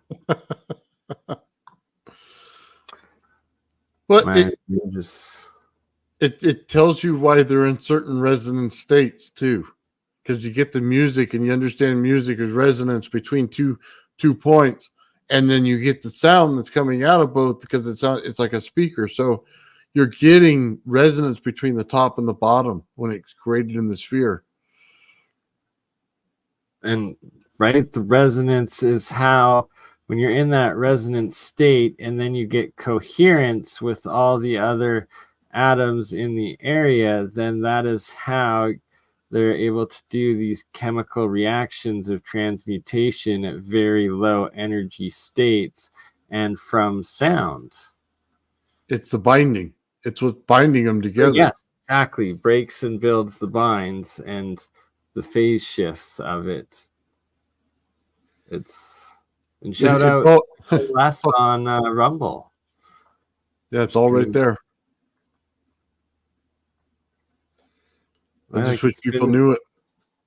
It's been hidden in plain sight for over 100 years and ridiculed and mocked by the establishment as woo. But when you really take a look at it, this was all drawn by hand over 100 years ago. It's by the way, the different wines in your coils, it creates a different frequency in there. So when it does that, it creates a different sound.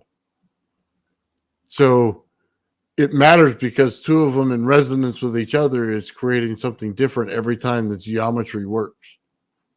That's why you don't want it. So you can't cancel them out. You have to know where the points are, where they cross, so that you don't cancel them out unless you specifically want them to.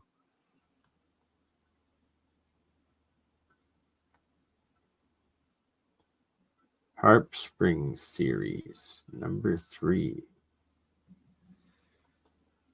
Oh, we got another octave. Nurse line, the 9th, 10th, 7th, 8th octaves. I wish these were in 3D, Bernie.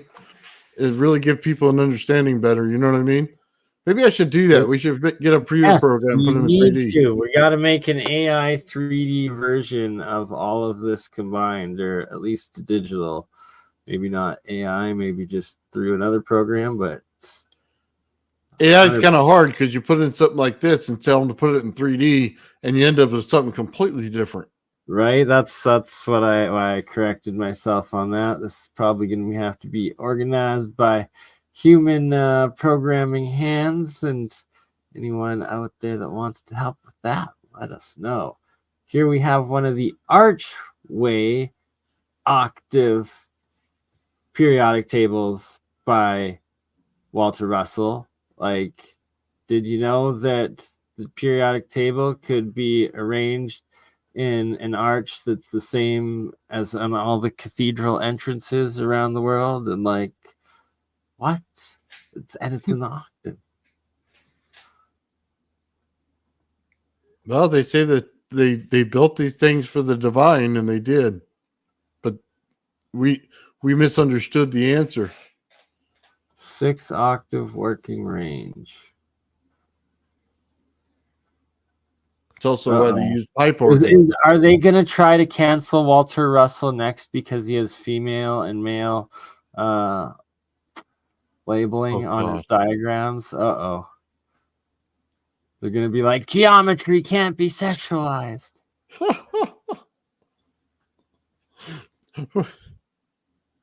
What do you That's mean? so bad. Female? Magnetic flow. Man, that Wayne guy isn't going to like it. That's for sure.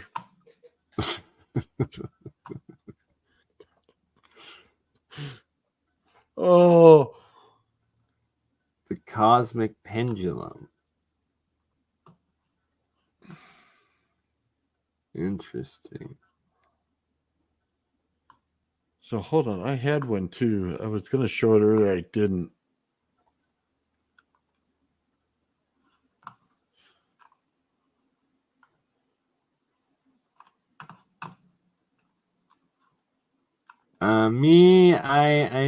I was up doing videos all night, so I'm just tired and burnt out.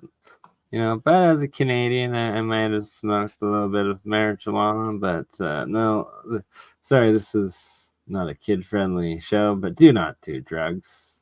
Do not electrocute yourself, and wear proper safety equipment. So check this out. This is more math that you actually need right here. When they start building their coils that look like this and you start seeing the shapes on the inside, then you see the mathematical formulas going around. You'll start to really understand it. Because 24 points, okay, winding the coil. How do you wind it? Why do you wind it that way? What are the fractals you're getting out of it? That's kind of, it's really important. So, and I don't want to say anymore because I don't want to give away Gerald's stuff, but this kind of stuff, when you start looking for something, that's what you want to look for. But we want open source and to give away Gerald secrets that Gerald doesn't give away. No, he's got to give them out first. This kid. I can point you to the directions, but I can't give you the answer. The inventor always. Respect to the inventor always. That's right. So I can tell you though that it'll make certain tones based on which one you do it in a certain way. So if you break apart the each layer of the coil, you'll figure it out. So Sandley the King would like a summary recap, please, Nathan. yeah, well, what I plan to do, I'm going to put together everything I can to just put it into a video and actually make a long format video for it and do it that way. Because there's a lot of visuals in there and you're going to have to see some of them because some of them will trip you out. Like when you start to see geometry put in 3D, it's completely different than what you have here. So I'll stop sharing that, Bernie. You pull up another one and I'll see if I can't find it real quick. Okay. Hold on. Is this the right one? No. This one. Here we go. Is it gonna open? There we go. And buffering. There we go.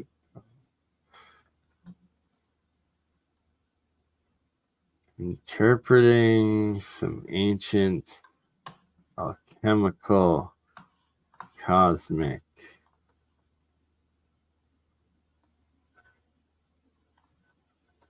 alphabets. Colors of consciousness. Here we go.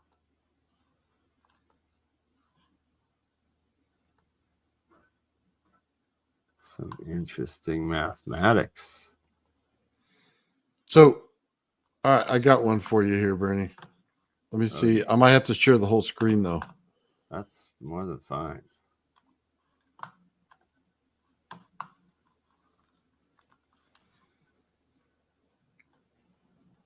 It's Oh yeah. the geometry itself is putting off how the actual vortex is being built with the sound. Interesting, isn't it? It is. I like this because this fits into like the Keshi coil windings essentially too that I've made, because they're like triple solenoid that I think would work in this style here that you are displaying. I just need to actually hook them up to the electronic aspects of the circuit, the amplifier, the power source, and the rest of it, right? So watch this one. Is it showing up? You notice the geometry is showing you something different every time it moves.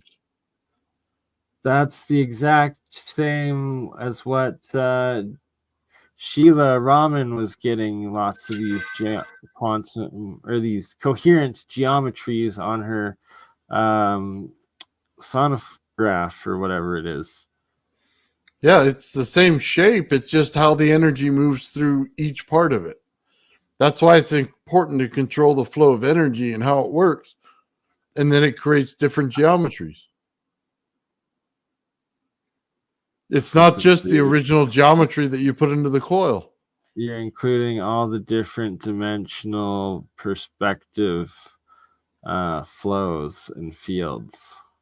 Yeah. Let me see if I can't find a better one that's got the pump.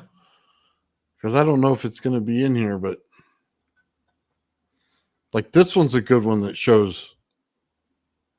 That reminds me of a rather famous Da Vinci drawing design, and a lot of his designs, his 2D designs, were actually 2D blueprints of 3D overbalanced and over unity wheels. Like it's crazy. Yeah.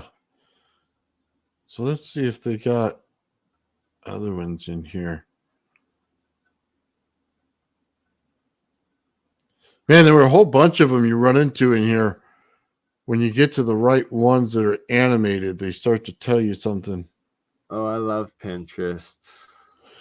Yeah, it's like the coolest thing, isn't it? Days. Let's see if they have it when you start looking at these.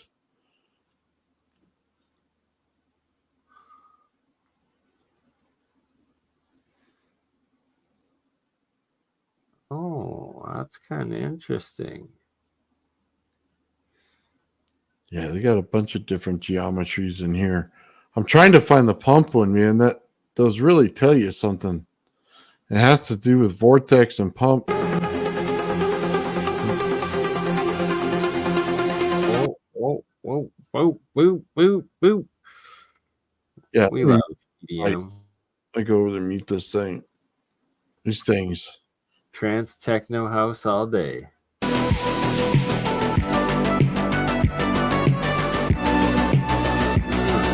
Two, copy, strike away. Here we go. Dance, dance. Sorry. So the one I was looking at earlier, it would actually show you the coil design, and then it would go into how it flowed. What? Yeah. I can't find it. That sounds so cool.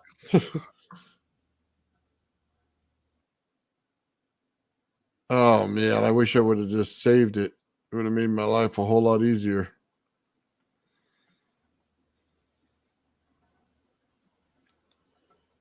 Let's see. It's probably when you chase this rabbit hole.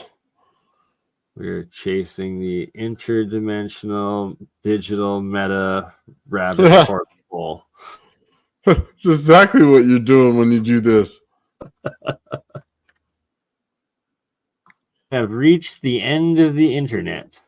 Yeah, like this when it shows you the dimensions here, and then it goes into how it's vortexing. And ooh. And then it shows you the actual shape of what you need to build. Look at that. There's a few different sacred geometries in that right there. I like that. So let's keep chasing that rabbit hole. I want the interdimensional portal hole. But we got 3 holes, so there's one more. The small one that you wiggle it around in, I guess. That's what's left. Oh man, you know what? I saved a bunch of them. I thought it recorded and it didn't. Schizo wave, Bernie. Whatever. I gotta get into becoming a AI music artist, musician, if they call themselves that. I don't know. But yeah. So Jeremiah made some good stuff, actually, as has Ben. Yeah, Ben was doing some good work too. Where is Ben? Yeah, and then Joe did that theme song. Did you ever listen to that? I don't know. Maybe. So here we go. We might get to it now yet. It's funny because you know which one's the. If you look at these mandalas when they do them, you could tell the energy flow from the how you build it based on the dimension on the curvature of how they do it.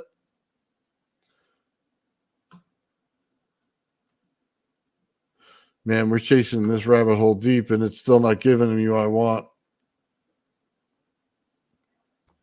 We're in between the 2 and 3 dimensional, but it's a digital fractal while simultaneously being. So this right here, this is a better representation of what's going on in a sine wave. Really? So it's pinching and then it comes out from the pinch. So when you get the pinch, you get heat. And then when it comes out of the pinch, it goes into a higher frequency and a higher amount of voltage. So that right there would be 10 times better than what your oscilloscope shows. Well, that looks like the ultimate rainbow lasagna noodle, whatever the heck the one theory is. But the perfect waveform, yeah. Yeah, I'm not finding it, man. I don't know why.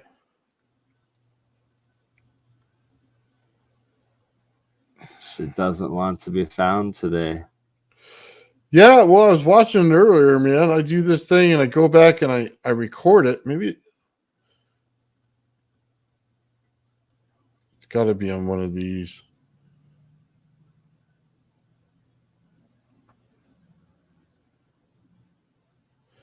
That's going in the wrong. John, much love. Sorry, Nathan, just in respect for Sean Calderon taking off, we're going to play a quick goodbye tune for Sean.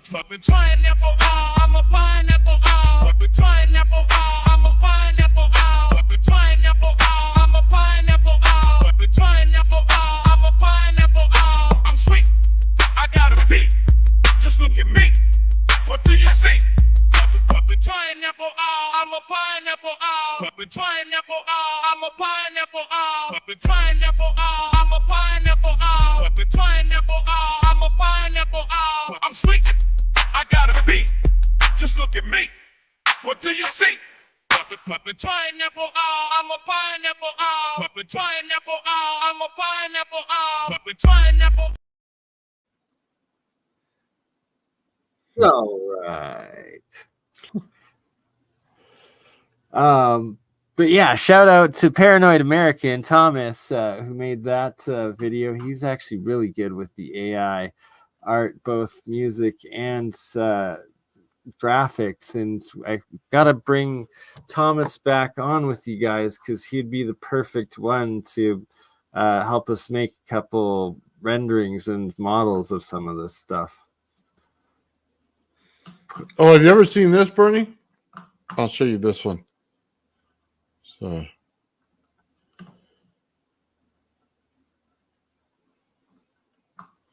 That's the wrong one.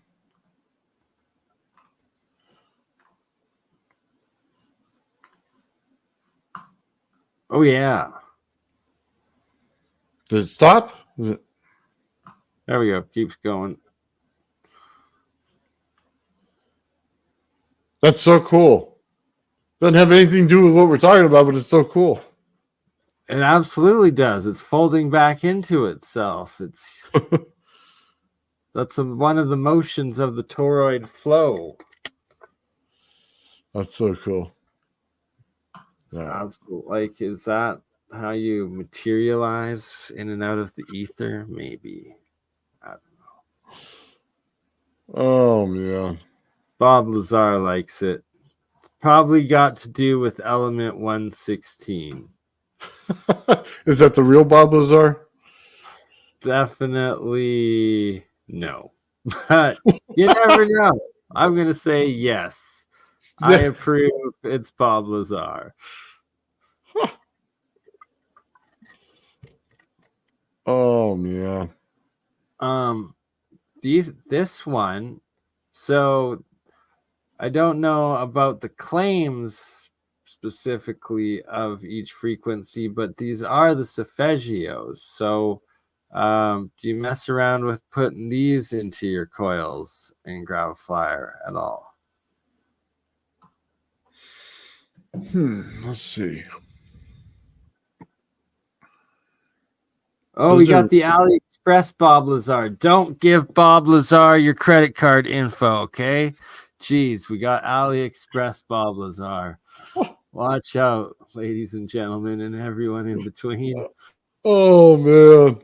Yeah, these frequencies are far too low. Oh, but what if you amplify them with... I could put the Tesla coil down to those frequencies, and we can see what we can do. And then I know you never heard of that, huh? Each other. So when you add a mass to the center of your Tesla coil, you bring down the frequency. So I can get it, as lowest I got was 20 hertz. So, and it resonates normally at 730, and I dropped it down to 20 hertz. Okay. So we'll have to do some testing to see if we can't get it to say 432, and we'll take the tuning fork out, put it down in the center, and see if we can get it to ring. Yes. That I want to be a part of. And then get one ringing over here at the same time. The complexity of vortex geometry. Yeah, it's like a study into itself. It's cool. And we want to be these guys with their flying halo portal thing wings, right? Yeah, well, they showed you the thing right there. They showed you the two fields you have to interact. Break The it one on the down for bottom. us. You see it? You have to create the two fields, and they have to interact. Oh, I see what's going on here. Light as a feather. Static electricity, light as a feather.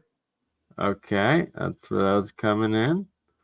So it's like when you take the static electricity experiments they did in the 1800s, and then they held their hand up and they put the paper under it. The paper would become saturated and it'd lift. Yep. Absolutely. I wish people would have paid more attention to that experiment instead of writing math.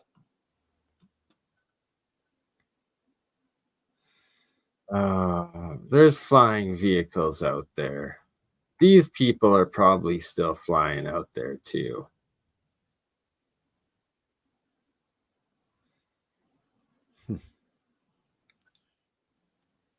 What do you make of these? You ever see some of these on the okay, you ever watch those UFO stories and they show you these symbols that are on the side?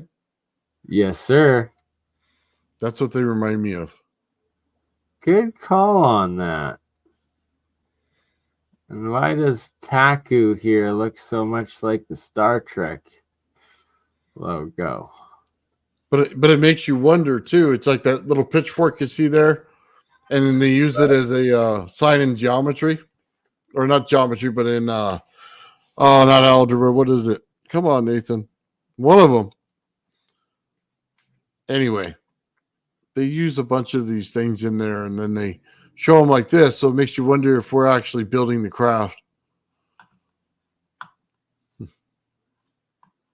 Sorry, just had to take a phone call there for a minute. Right, but like that's deep, Nathan. It's like, what if because these are legit alchemical sigils of angel and demons, I think. Like, so what if it's literally an angel or a demon that is in those crafts that have these sigils potentially written on the outside, right? Like, What if I told you that the church hid all the geometries from you so that you wouldn't learn the answer, and then they called them like pagan symbols, or they turned around and they call them 13th or 666 Satan and all the That's rest right. of it? Yeah. Well, they told it all to hide it from you, so you'd never look into it. 100%. The church is not always your friend, man. Especially when they're like molesting children and their grandparents, and it's just horrible. Oh, go back one. Oh, yes. Did you see Sean's go back one from that? Right there. This is exactly what Sean was describing with his round Tesla coil, the energy being produced. Sean, you pieced out 5 minutes too soon, bro, but I checked mark, made a stamp here, so we'll edit it for you later. And hey, shout out V Sears watching now. Hey, what's up, V? Anytime he wants to come on, I'll shoot him an invite, man. I love it when he comes on, man. Me too. Let me pull that up. He said he had a computer situation going on, so he couldn't come on the last couple times, but we'll see if he fixed it. Right? They're very finicky. It's like, are we under attack and we're just paranoid, or just do our computers suck? You know what it is? My graphics card hates 2 monitors. It absolutely starts freezing everything, and then like StreamYard hates the fact that I have 2 of the same webcam, and it starts to glitch out there. So Gotcha. So that's essentially probably the exact same problem I'm facing. Yeah, Would make it's like, sense. it makes you want to run 2 computers just to get it right, so you could show both of them. It really does. By the way, V Sears, I sent you an email. If you can come on, I gave you the invite. Yeah, they were talking about, what do you think on this, Bernie, with the wave as a light, and then is it a photon, or is it not a photon, or is it something more? It is, and it's definitely something more, because it's also a wave, a light, a plasma, and possibly even a crystal. Really? Is it time? Does it have time within it? That's a good question. I don't think light shows itself until the energy is being used. So it goes I think a lot of what Jack Sarfati said was complete BS, and I had to bite my tongue on him talking shit about all of that and so much different stuff. And I'm waiting, to have the opportunity to discuss it all, hopefully with David Rossi, Ashton Forbes, and Sal Pius at some time in the future, to bring up so many different discrepancies and why there needs to be a debate, and that what's really going on behind the scenes most likely is that Sarfati is actually fighting for, Sal Pius for the actual patent of the super force in the physics and engineering world, and is just being extremely dirty and wrong about his approach with it. But I'm not gonna get into it. What's the super force? Is that like the super team? What's it's going like on there? bias effect, and it's what Sarfati is trying to call the Sarfati force, but Pius originally called the super force. It's like the God equation, I think, essentially. No, they're fighting over math. They're fighting over the math of the God equation. Okay. They're trying to name it after themselves, and thus it should just be the S force, the super force of God. So maybe just G, the G force, the real G force, the big G force. I don't know. Universal G force. All right. I'm going to shut up on that. So did you not jump in because Jeremy was there interviewing him, or what? Well, see, so actually, Jeremy had kind of taken me off guard there, as we had been planning a stream that I was like late for. Like, I was supposed to start like the very beginning of it with him, but it was supposed to be on weather manipulation, and we were gonna talk about like Hurricane Helene, like the earthquake machines. Antarctica, I was going to bring up a lot of like Dutch census work, as well as Eric Hecker's go deep into it and then apply it to like the latest stuff. And like it was all Jeremy's idea, and he'd been like planning it with me all day. And then it was like I run 10 minutes later. It's like I was stoked he started the clip or the show off with the David Rossi Sal Pius note, because it's like I had sent that to him the week before. I was like, yo, check this out. Like, try to get him to play it on the last stream we did. Anyways, played it at the beginning of this one, and then Jack was there, and I was like, all right, well, we're going. I love, like, I love and hate the Jack, because, I love Jack Sarfati for like the legend and intelligence he is, but I hate the schmuck CIA fuck that definitely resides within that guy. So it's like you don't know what's the agenda is, because there's always going to be multiple of them from him, because literally, like as Gerald was saying, like he was part of like the science CIA science team of MK Ultra. So like for all we know, he could have been like running the MK Ultra. Like, who knows what Jack Sarfati really knows and has done? But the fact of the matter is, he has definitely done a lot and definitely knows a shit ton. So you always have him on, but I try to be as unbiased as possible. But I also try to like, challenge him as much as possible without like triggering him to like, feel disrespected, because the guy is old and a legend, and is giving us her time, but simultaneously he's got his CIA agendas, so it's like you try to feel him out to try to get what his narrative is and what he's all saying and stuff like that. But like one of the great things is like I pressed him on Iran, Israel several times, and like he's like a American Jewish physicist, and I got him straight up on his own saying that Iran is not the enemy, our own government is, and they're the ones pushing us to war. So it's like, it's like he's speaking from the heart there. So not all that he says is BS, but regardless, it's interesting. Or is he just a CIA operative trying to create rebellion and a civil war psyop? I don't know. Like, but I don't know. I think Iran's government's the enemy, but I don't think its people are. That's for sure. Exactly, right? They just want some fighting over religion again. And how many trips to Epstein Island did he make should be the question. That is a legitimate question. But I can tell you if he truly was a creep because he's in New York and he had no idea who the fuck P. Diddy is or Sean Combs, so it's like Epstein been out for a while. If you were into that sort of thing, you'd probably be hooked up with the new one. And since he had no idea who that guy is, I'm gonna give him the benefit of the doubt. Just saying. Check his closet for baby oil. That's what you're saying? Yeah, right.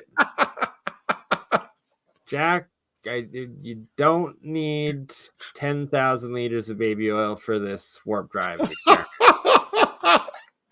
I'm just kidding. I don't know. Oh my God.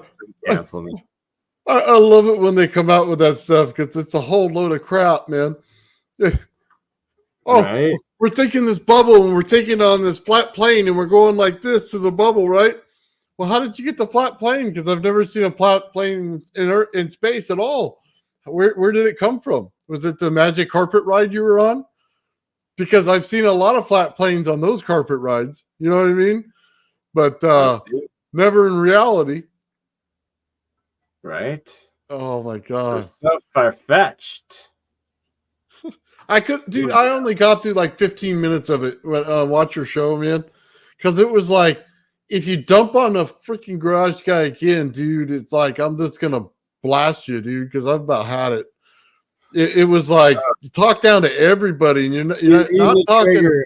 Like I said, it was amazing and synchronistic. It was a true sync tank that you had put out Star Trek Fringe Tank episode 3, Bernie's Bad Mushroom Trip, because literally, it was literally the third time I'd probably done mushrooms in like the last 12 months for sure. And like it was a micro dose, like, and the reason why was the second time I had done them in the last year was like the past weekend at my father-in-law's funeral, when one of my brother-in-law's friends gave us a few mushrooms to microdose. So I had one left and I just had randomly taken it in the morning, and then you put that out and I was like, oh, this is amazing. And then I was like, oh my God, interview with Jack Sarfati. This is gonna be a fun guy of a time. And well, that's what happened. Oh my God, dude, that's too much. So you were on your personal none of own that- trip. Or all of that is just in the role-playing action fantasy non-reality of the metaverse. Yes. Okay. There you go. Oh man. Oh, that's so funny, man. On the trip of your own while watching another trip, that's got to be a trip. You know what I mean? The whole Triple complexity of tripping, it. man. I was triple tripping, bro. 3 holes. 3 holes. It probably never left your head at that day, man. Triple tripping on the 3 holes. Oh, Okay. that was so great, right. man.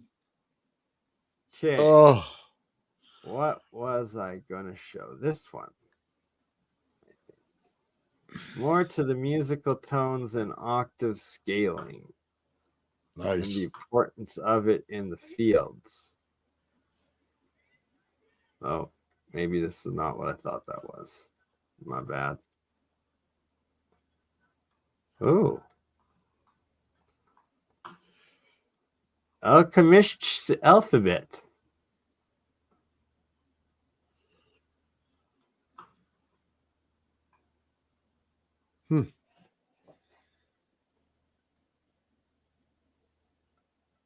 Interesting. H is Mercury.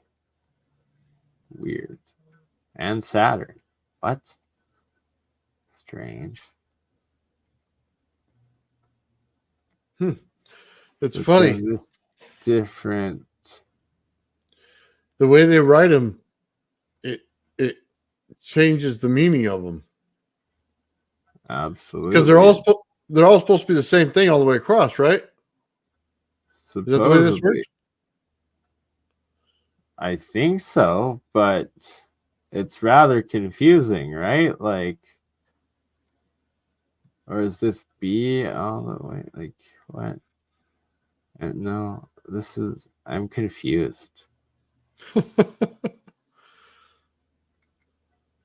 Because here you have gold and here you have gold. Here it's A, here it's E. But it's A, E, maybe?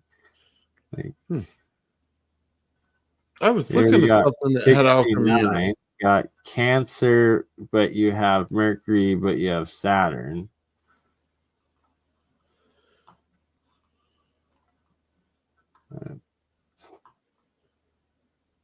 Very strange indeed. Potentially a cipher or different languages. It got gold again at O.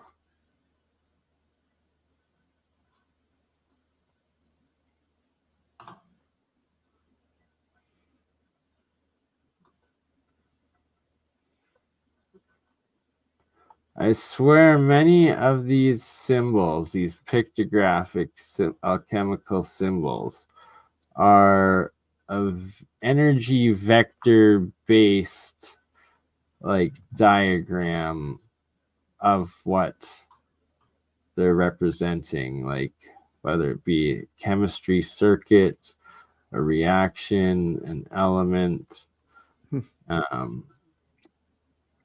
different minerals, if that makes sense.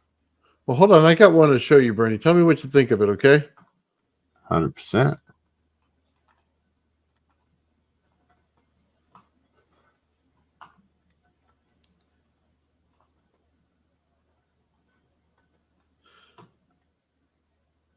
Okay.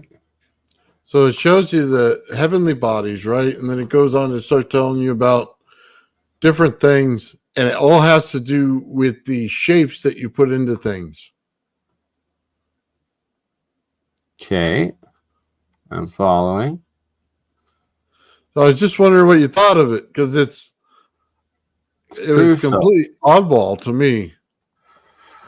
It has to do with the charge and like the electro and magnetic like charge and capacity of each of the metals, like iron, copper, gold, silver, and then the position of that corresponding heavenly body at the time that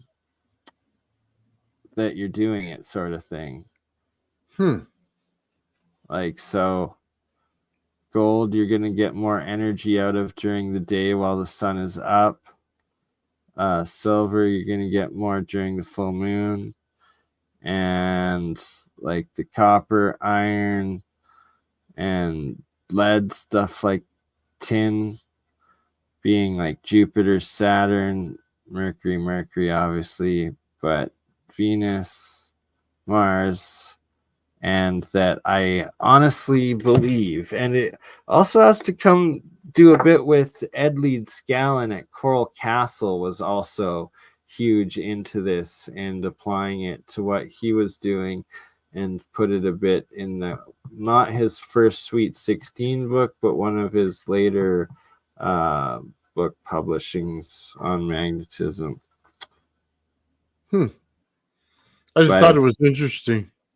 It is, and there's so much more to it. And I know I sound like an absolute raving lunatic in that, like, making all these wild claims, but it comes down to, for instance, why the different domes or roofs of like the cathedrals and churches and places of worship, they all have the alchemical symbols, and then the alchemical symbol that they have on them is the corresponding metal that they then cover that dome or piece with, and they're built with these astrological alignments to the actual planets and heavenly bodies. So it's like, it seems that they are somehow harvesting or using or tying their energy technology into it with this stuff. It's very, very complex, wild, and the alchemist's rabbit hole for another day. Well, it might be that the use of energy when the sun's out and how it affects the ground is different. You know what I mean? Yes, exactly. The grounding aspect of it, the sun, and then think casting spells, and that's a huge part of them all, and their sigils and what they're doing. So then where the heavenly bodies are, where the sun and the moon are, and their cycles while they're doing their rituals in these specific geometries that they do in their spell circle. And I don't know. I'm very aware of like the witch and Wiccan and alchemical stuff and the sigils and all of that. So hold on. So if they're standing on, say they take the star on the left, right? And they stand on each one of the corners and they make the sound one right after the other. Yes, Is that exactly. like a flow direction? Yes, exactly. You got Okay. it. So yes, and then there has to be like 4 or 5 of them in it to complete the cipher or the whatever it's the witches or Wiccans called. But yes, you got it full on. And then when they're doing it at those center focal points, for instance, in those dome building, cathedral amplifying places, in the alignments of per se the solstice or equinox or eclipses and all of that, then you're getting exponential amplification on the energy that they're doing or casting. It all pretty much makes sense to what we're doing now. I don't know if you noticed that they're telling you the flow direction and then which people are singing in the direction, and then how to acoustically put it together. It's not much different than what we're talking about in these coils. Right, so that's the next thing is you're gonna have to go take your gravifier and try and fire it off in a cathedral and see what happens. And then while the organs play, I gave Jeremiah a giant clue on how that thing works. I'll see if he spreads the word to his buddies over there at Falcon and see if they actually use it. So, and I don't even know if he picked up on what I told him, but we'll see. See if it comes out some other way. he's probably pondering it right now and the implications into his own abilities to test and make the next version, right? Like, Well, like I said, we will see. you have to understand what I said. I'll leave it at that. No reason to go back into it. It's just, it's like giving away the secret to the whole secret thing. sauce. You gave away some secret sauce in this stream earlier for all those. I guess deep down, I hope it gets to the right person so they understand what mistake was going on. So. Right, and that's the whole point of letting it drip out in open source, open mic, Saturday Fringe Science Think Tank. I don't want to be the only one that does this. You know what I mean? Wizardology. Boom. Who else wants to be a wizard? You see a lizard? Teaching that secret sauce, y'all. Oh man. All right. Well, I guess we're almost at 4 hours. Anything else you want to cover, or? You know what? We show the shape. I can't show the motion on those shapes. I wanted to today. That would have really put it in perspective. So. Yeah, Victor, I sent you an email if you can come on. I hope you got your computer fixed. Let's see.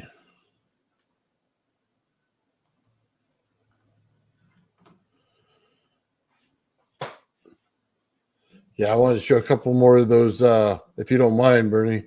Oh, by all means. This is your show, brother. Well, you're on it, so. Try and stop you, Nathan. We'll just do a little Star Trek here for a minute so I can laugh a couple more times. Oh hell yeah, I'm Trekkie for life. So we'll just start at the beginning. Oh, I got to do the next one, man. It's gonna be hilarious. All right, Mike. This is the captain speaking. Have you and Ben been able to fix the transporter yet? That's what I'm saying. I can explain to you very simply how to verify if that ground, the third prong at the bottom, the circle hole. I think it's 3 prongs, right? 3 holes. You're in Canada? I don't know. No. It's 3 holes. Yeah, it should be. So you have the ground. The third hole is the ground. So you could test that ground by. You have the 2 other holes. Are they the same size or is one bigger? I'm sorry. Say that again. You have a third. All right, say that again. Ground at the bottom. One of your holes Either bigger. at the top or the power. Are they Yes. the 2 holes? Are they the same size? Your 2 holes are the One same size. bigger. No. They're the same size. It's one Same hole size, so looser it's than two- the other, guys. You're in Canada? He keeps asking if you're in Canada. Ben, are So you it in can't Canada? be the same size. One slit is a little shorter. Are you sure? Let me see. Look closely. You need more light in there.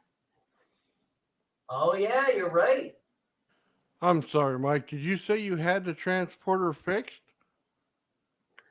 Put the voltmeter on AC 120 volt setting.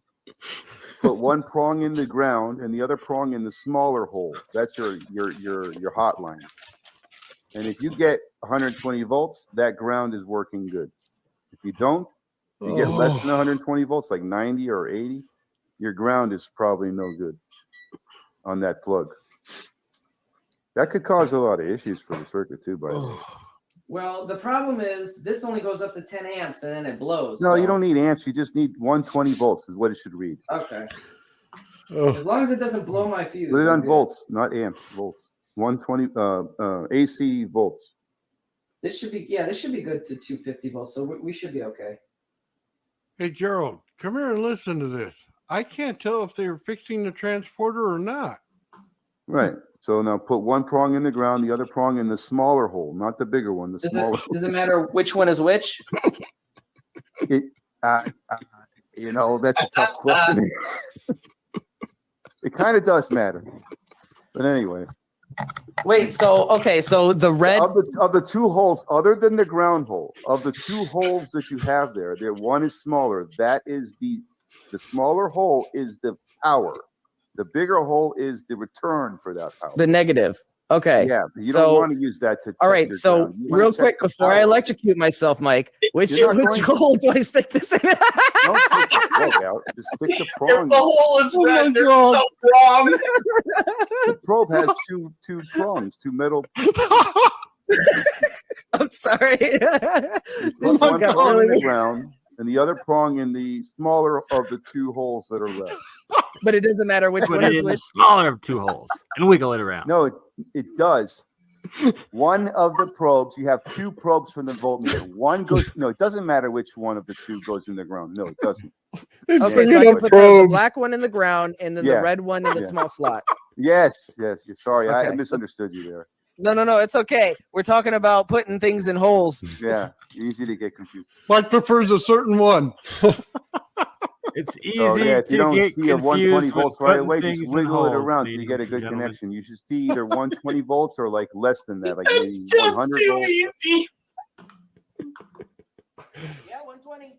Well, especially your ground is when good. You you're just electrically verified it. engineering the It's good Star ground. Trek Enterprise. Now, just so you know, if it read less than 120, like around 100 or 90 or 80, that ground is for no New good. Hope.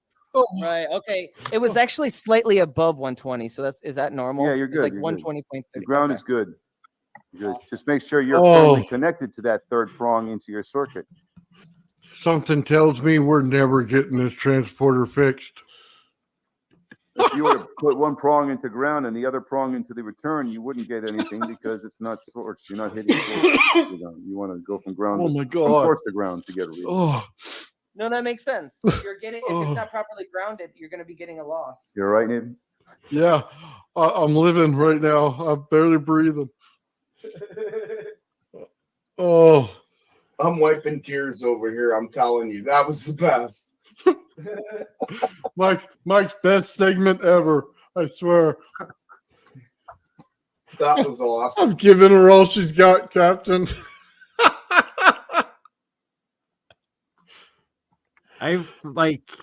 You are a genius in this. We couldn't have a better captain. We couldn't have a better Star Trek captain for the Fringe think tank. And shout out Sean Terran Earthling. You did arrive late, but if you're up for doing your presentation, if you want to do some right now, I can send you the link. Would be a perfect time, I think. What has he got going on? A bunch of electrogravitics and all the patents for it. It is literally right up your alley, Nathan. Hmm. And it's Yeah, as something long that as he you- can pull it up. Yeah. Oh, hold on. I'll play another episode when we figure that out. Oh, Yes, please. trans- I will be right back.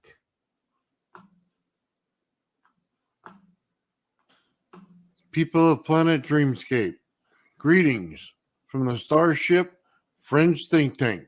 Welcome to the Plant Dreamscape. It's an honor to meet you, Gold Lady. We'll be transporting down to the surface in no time. I must warn you, Captain. Any random thought during transport may have unexpected consequences. Gerald, gather the away team and meet me in the transporter room. Guys, try to be on your best behavior. That Gold Lady seems like one of those uptight scientist types.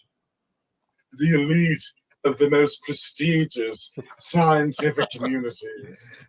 Gerald, I don't think that Gold Lady's going to like that. There you go. Well, when it comes to women, as my dear departed father used to say, you can't live with them, and marriage is illegal. You know, there was something I was supposed to remind you guys about. Something about random thoughts. Huh? Oh, well, we'll just figure it out when we get there. All right, Ian, 5 to transport.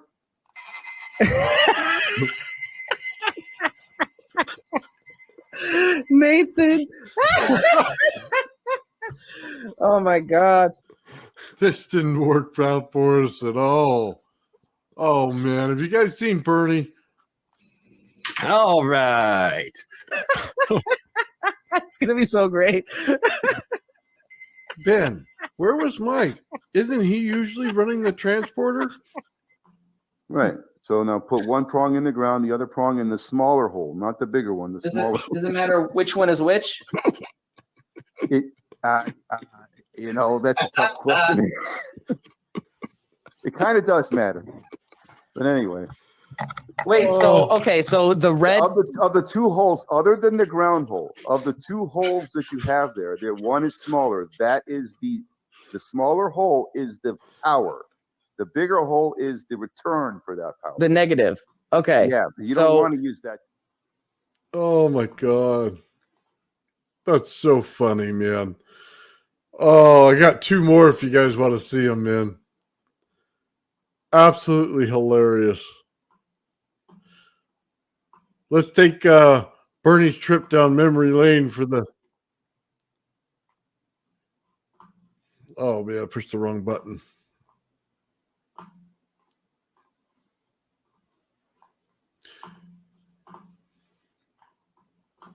Captain speaking. Joe, can you please report to the transporter room? We need to go back to the planet where you found your strange rock. Bernie's going to meet us down there. Mike, transport us down. You have 3 holes. One is ground at the bottom, and the 2 that are at the top are the power.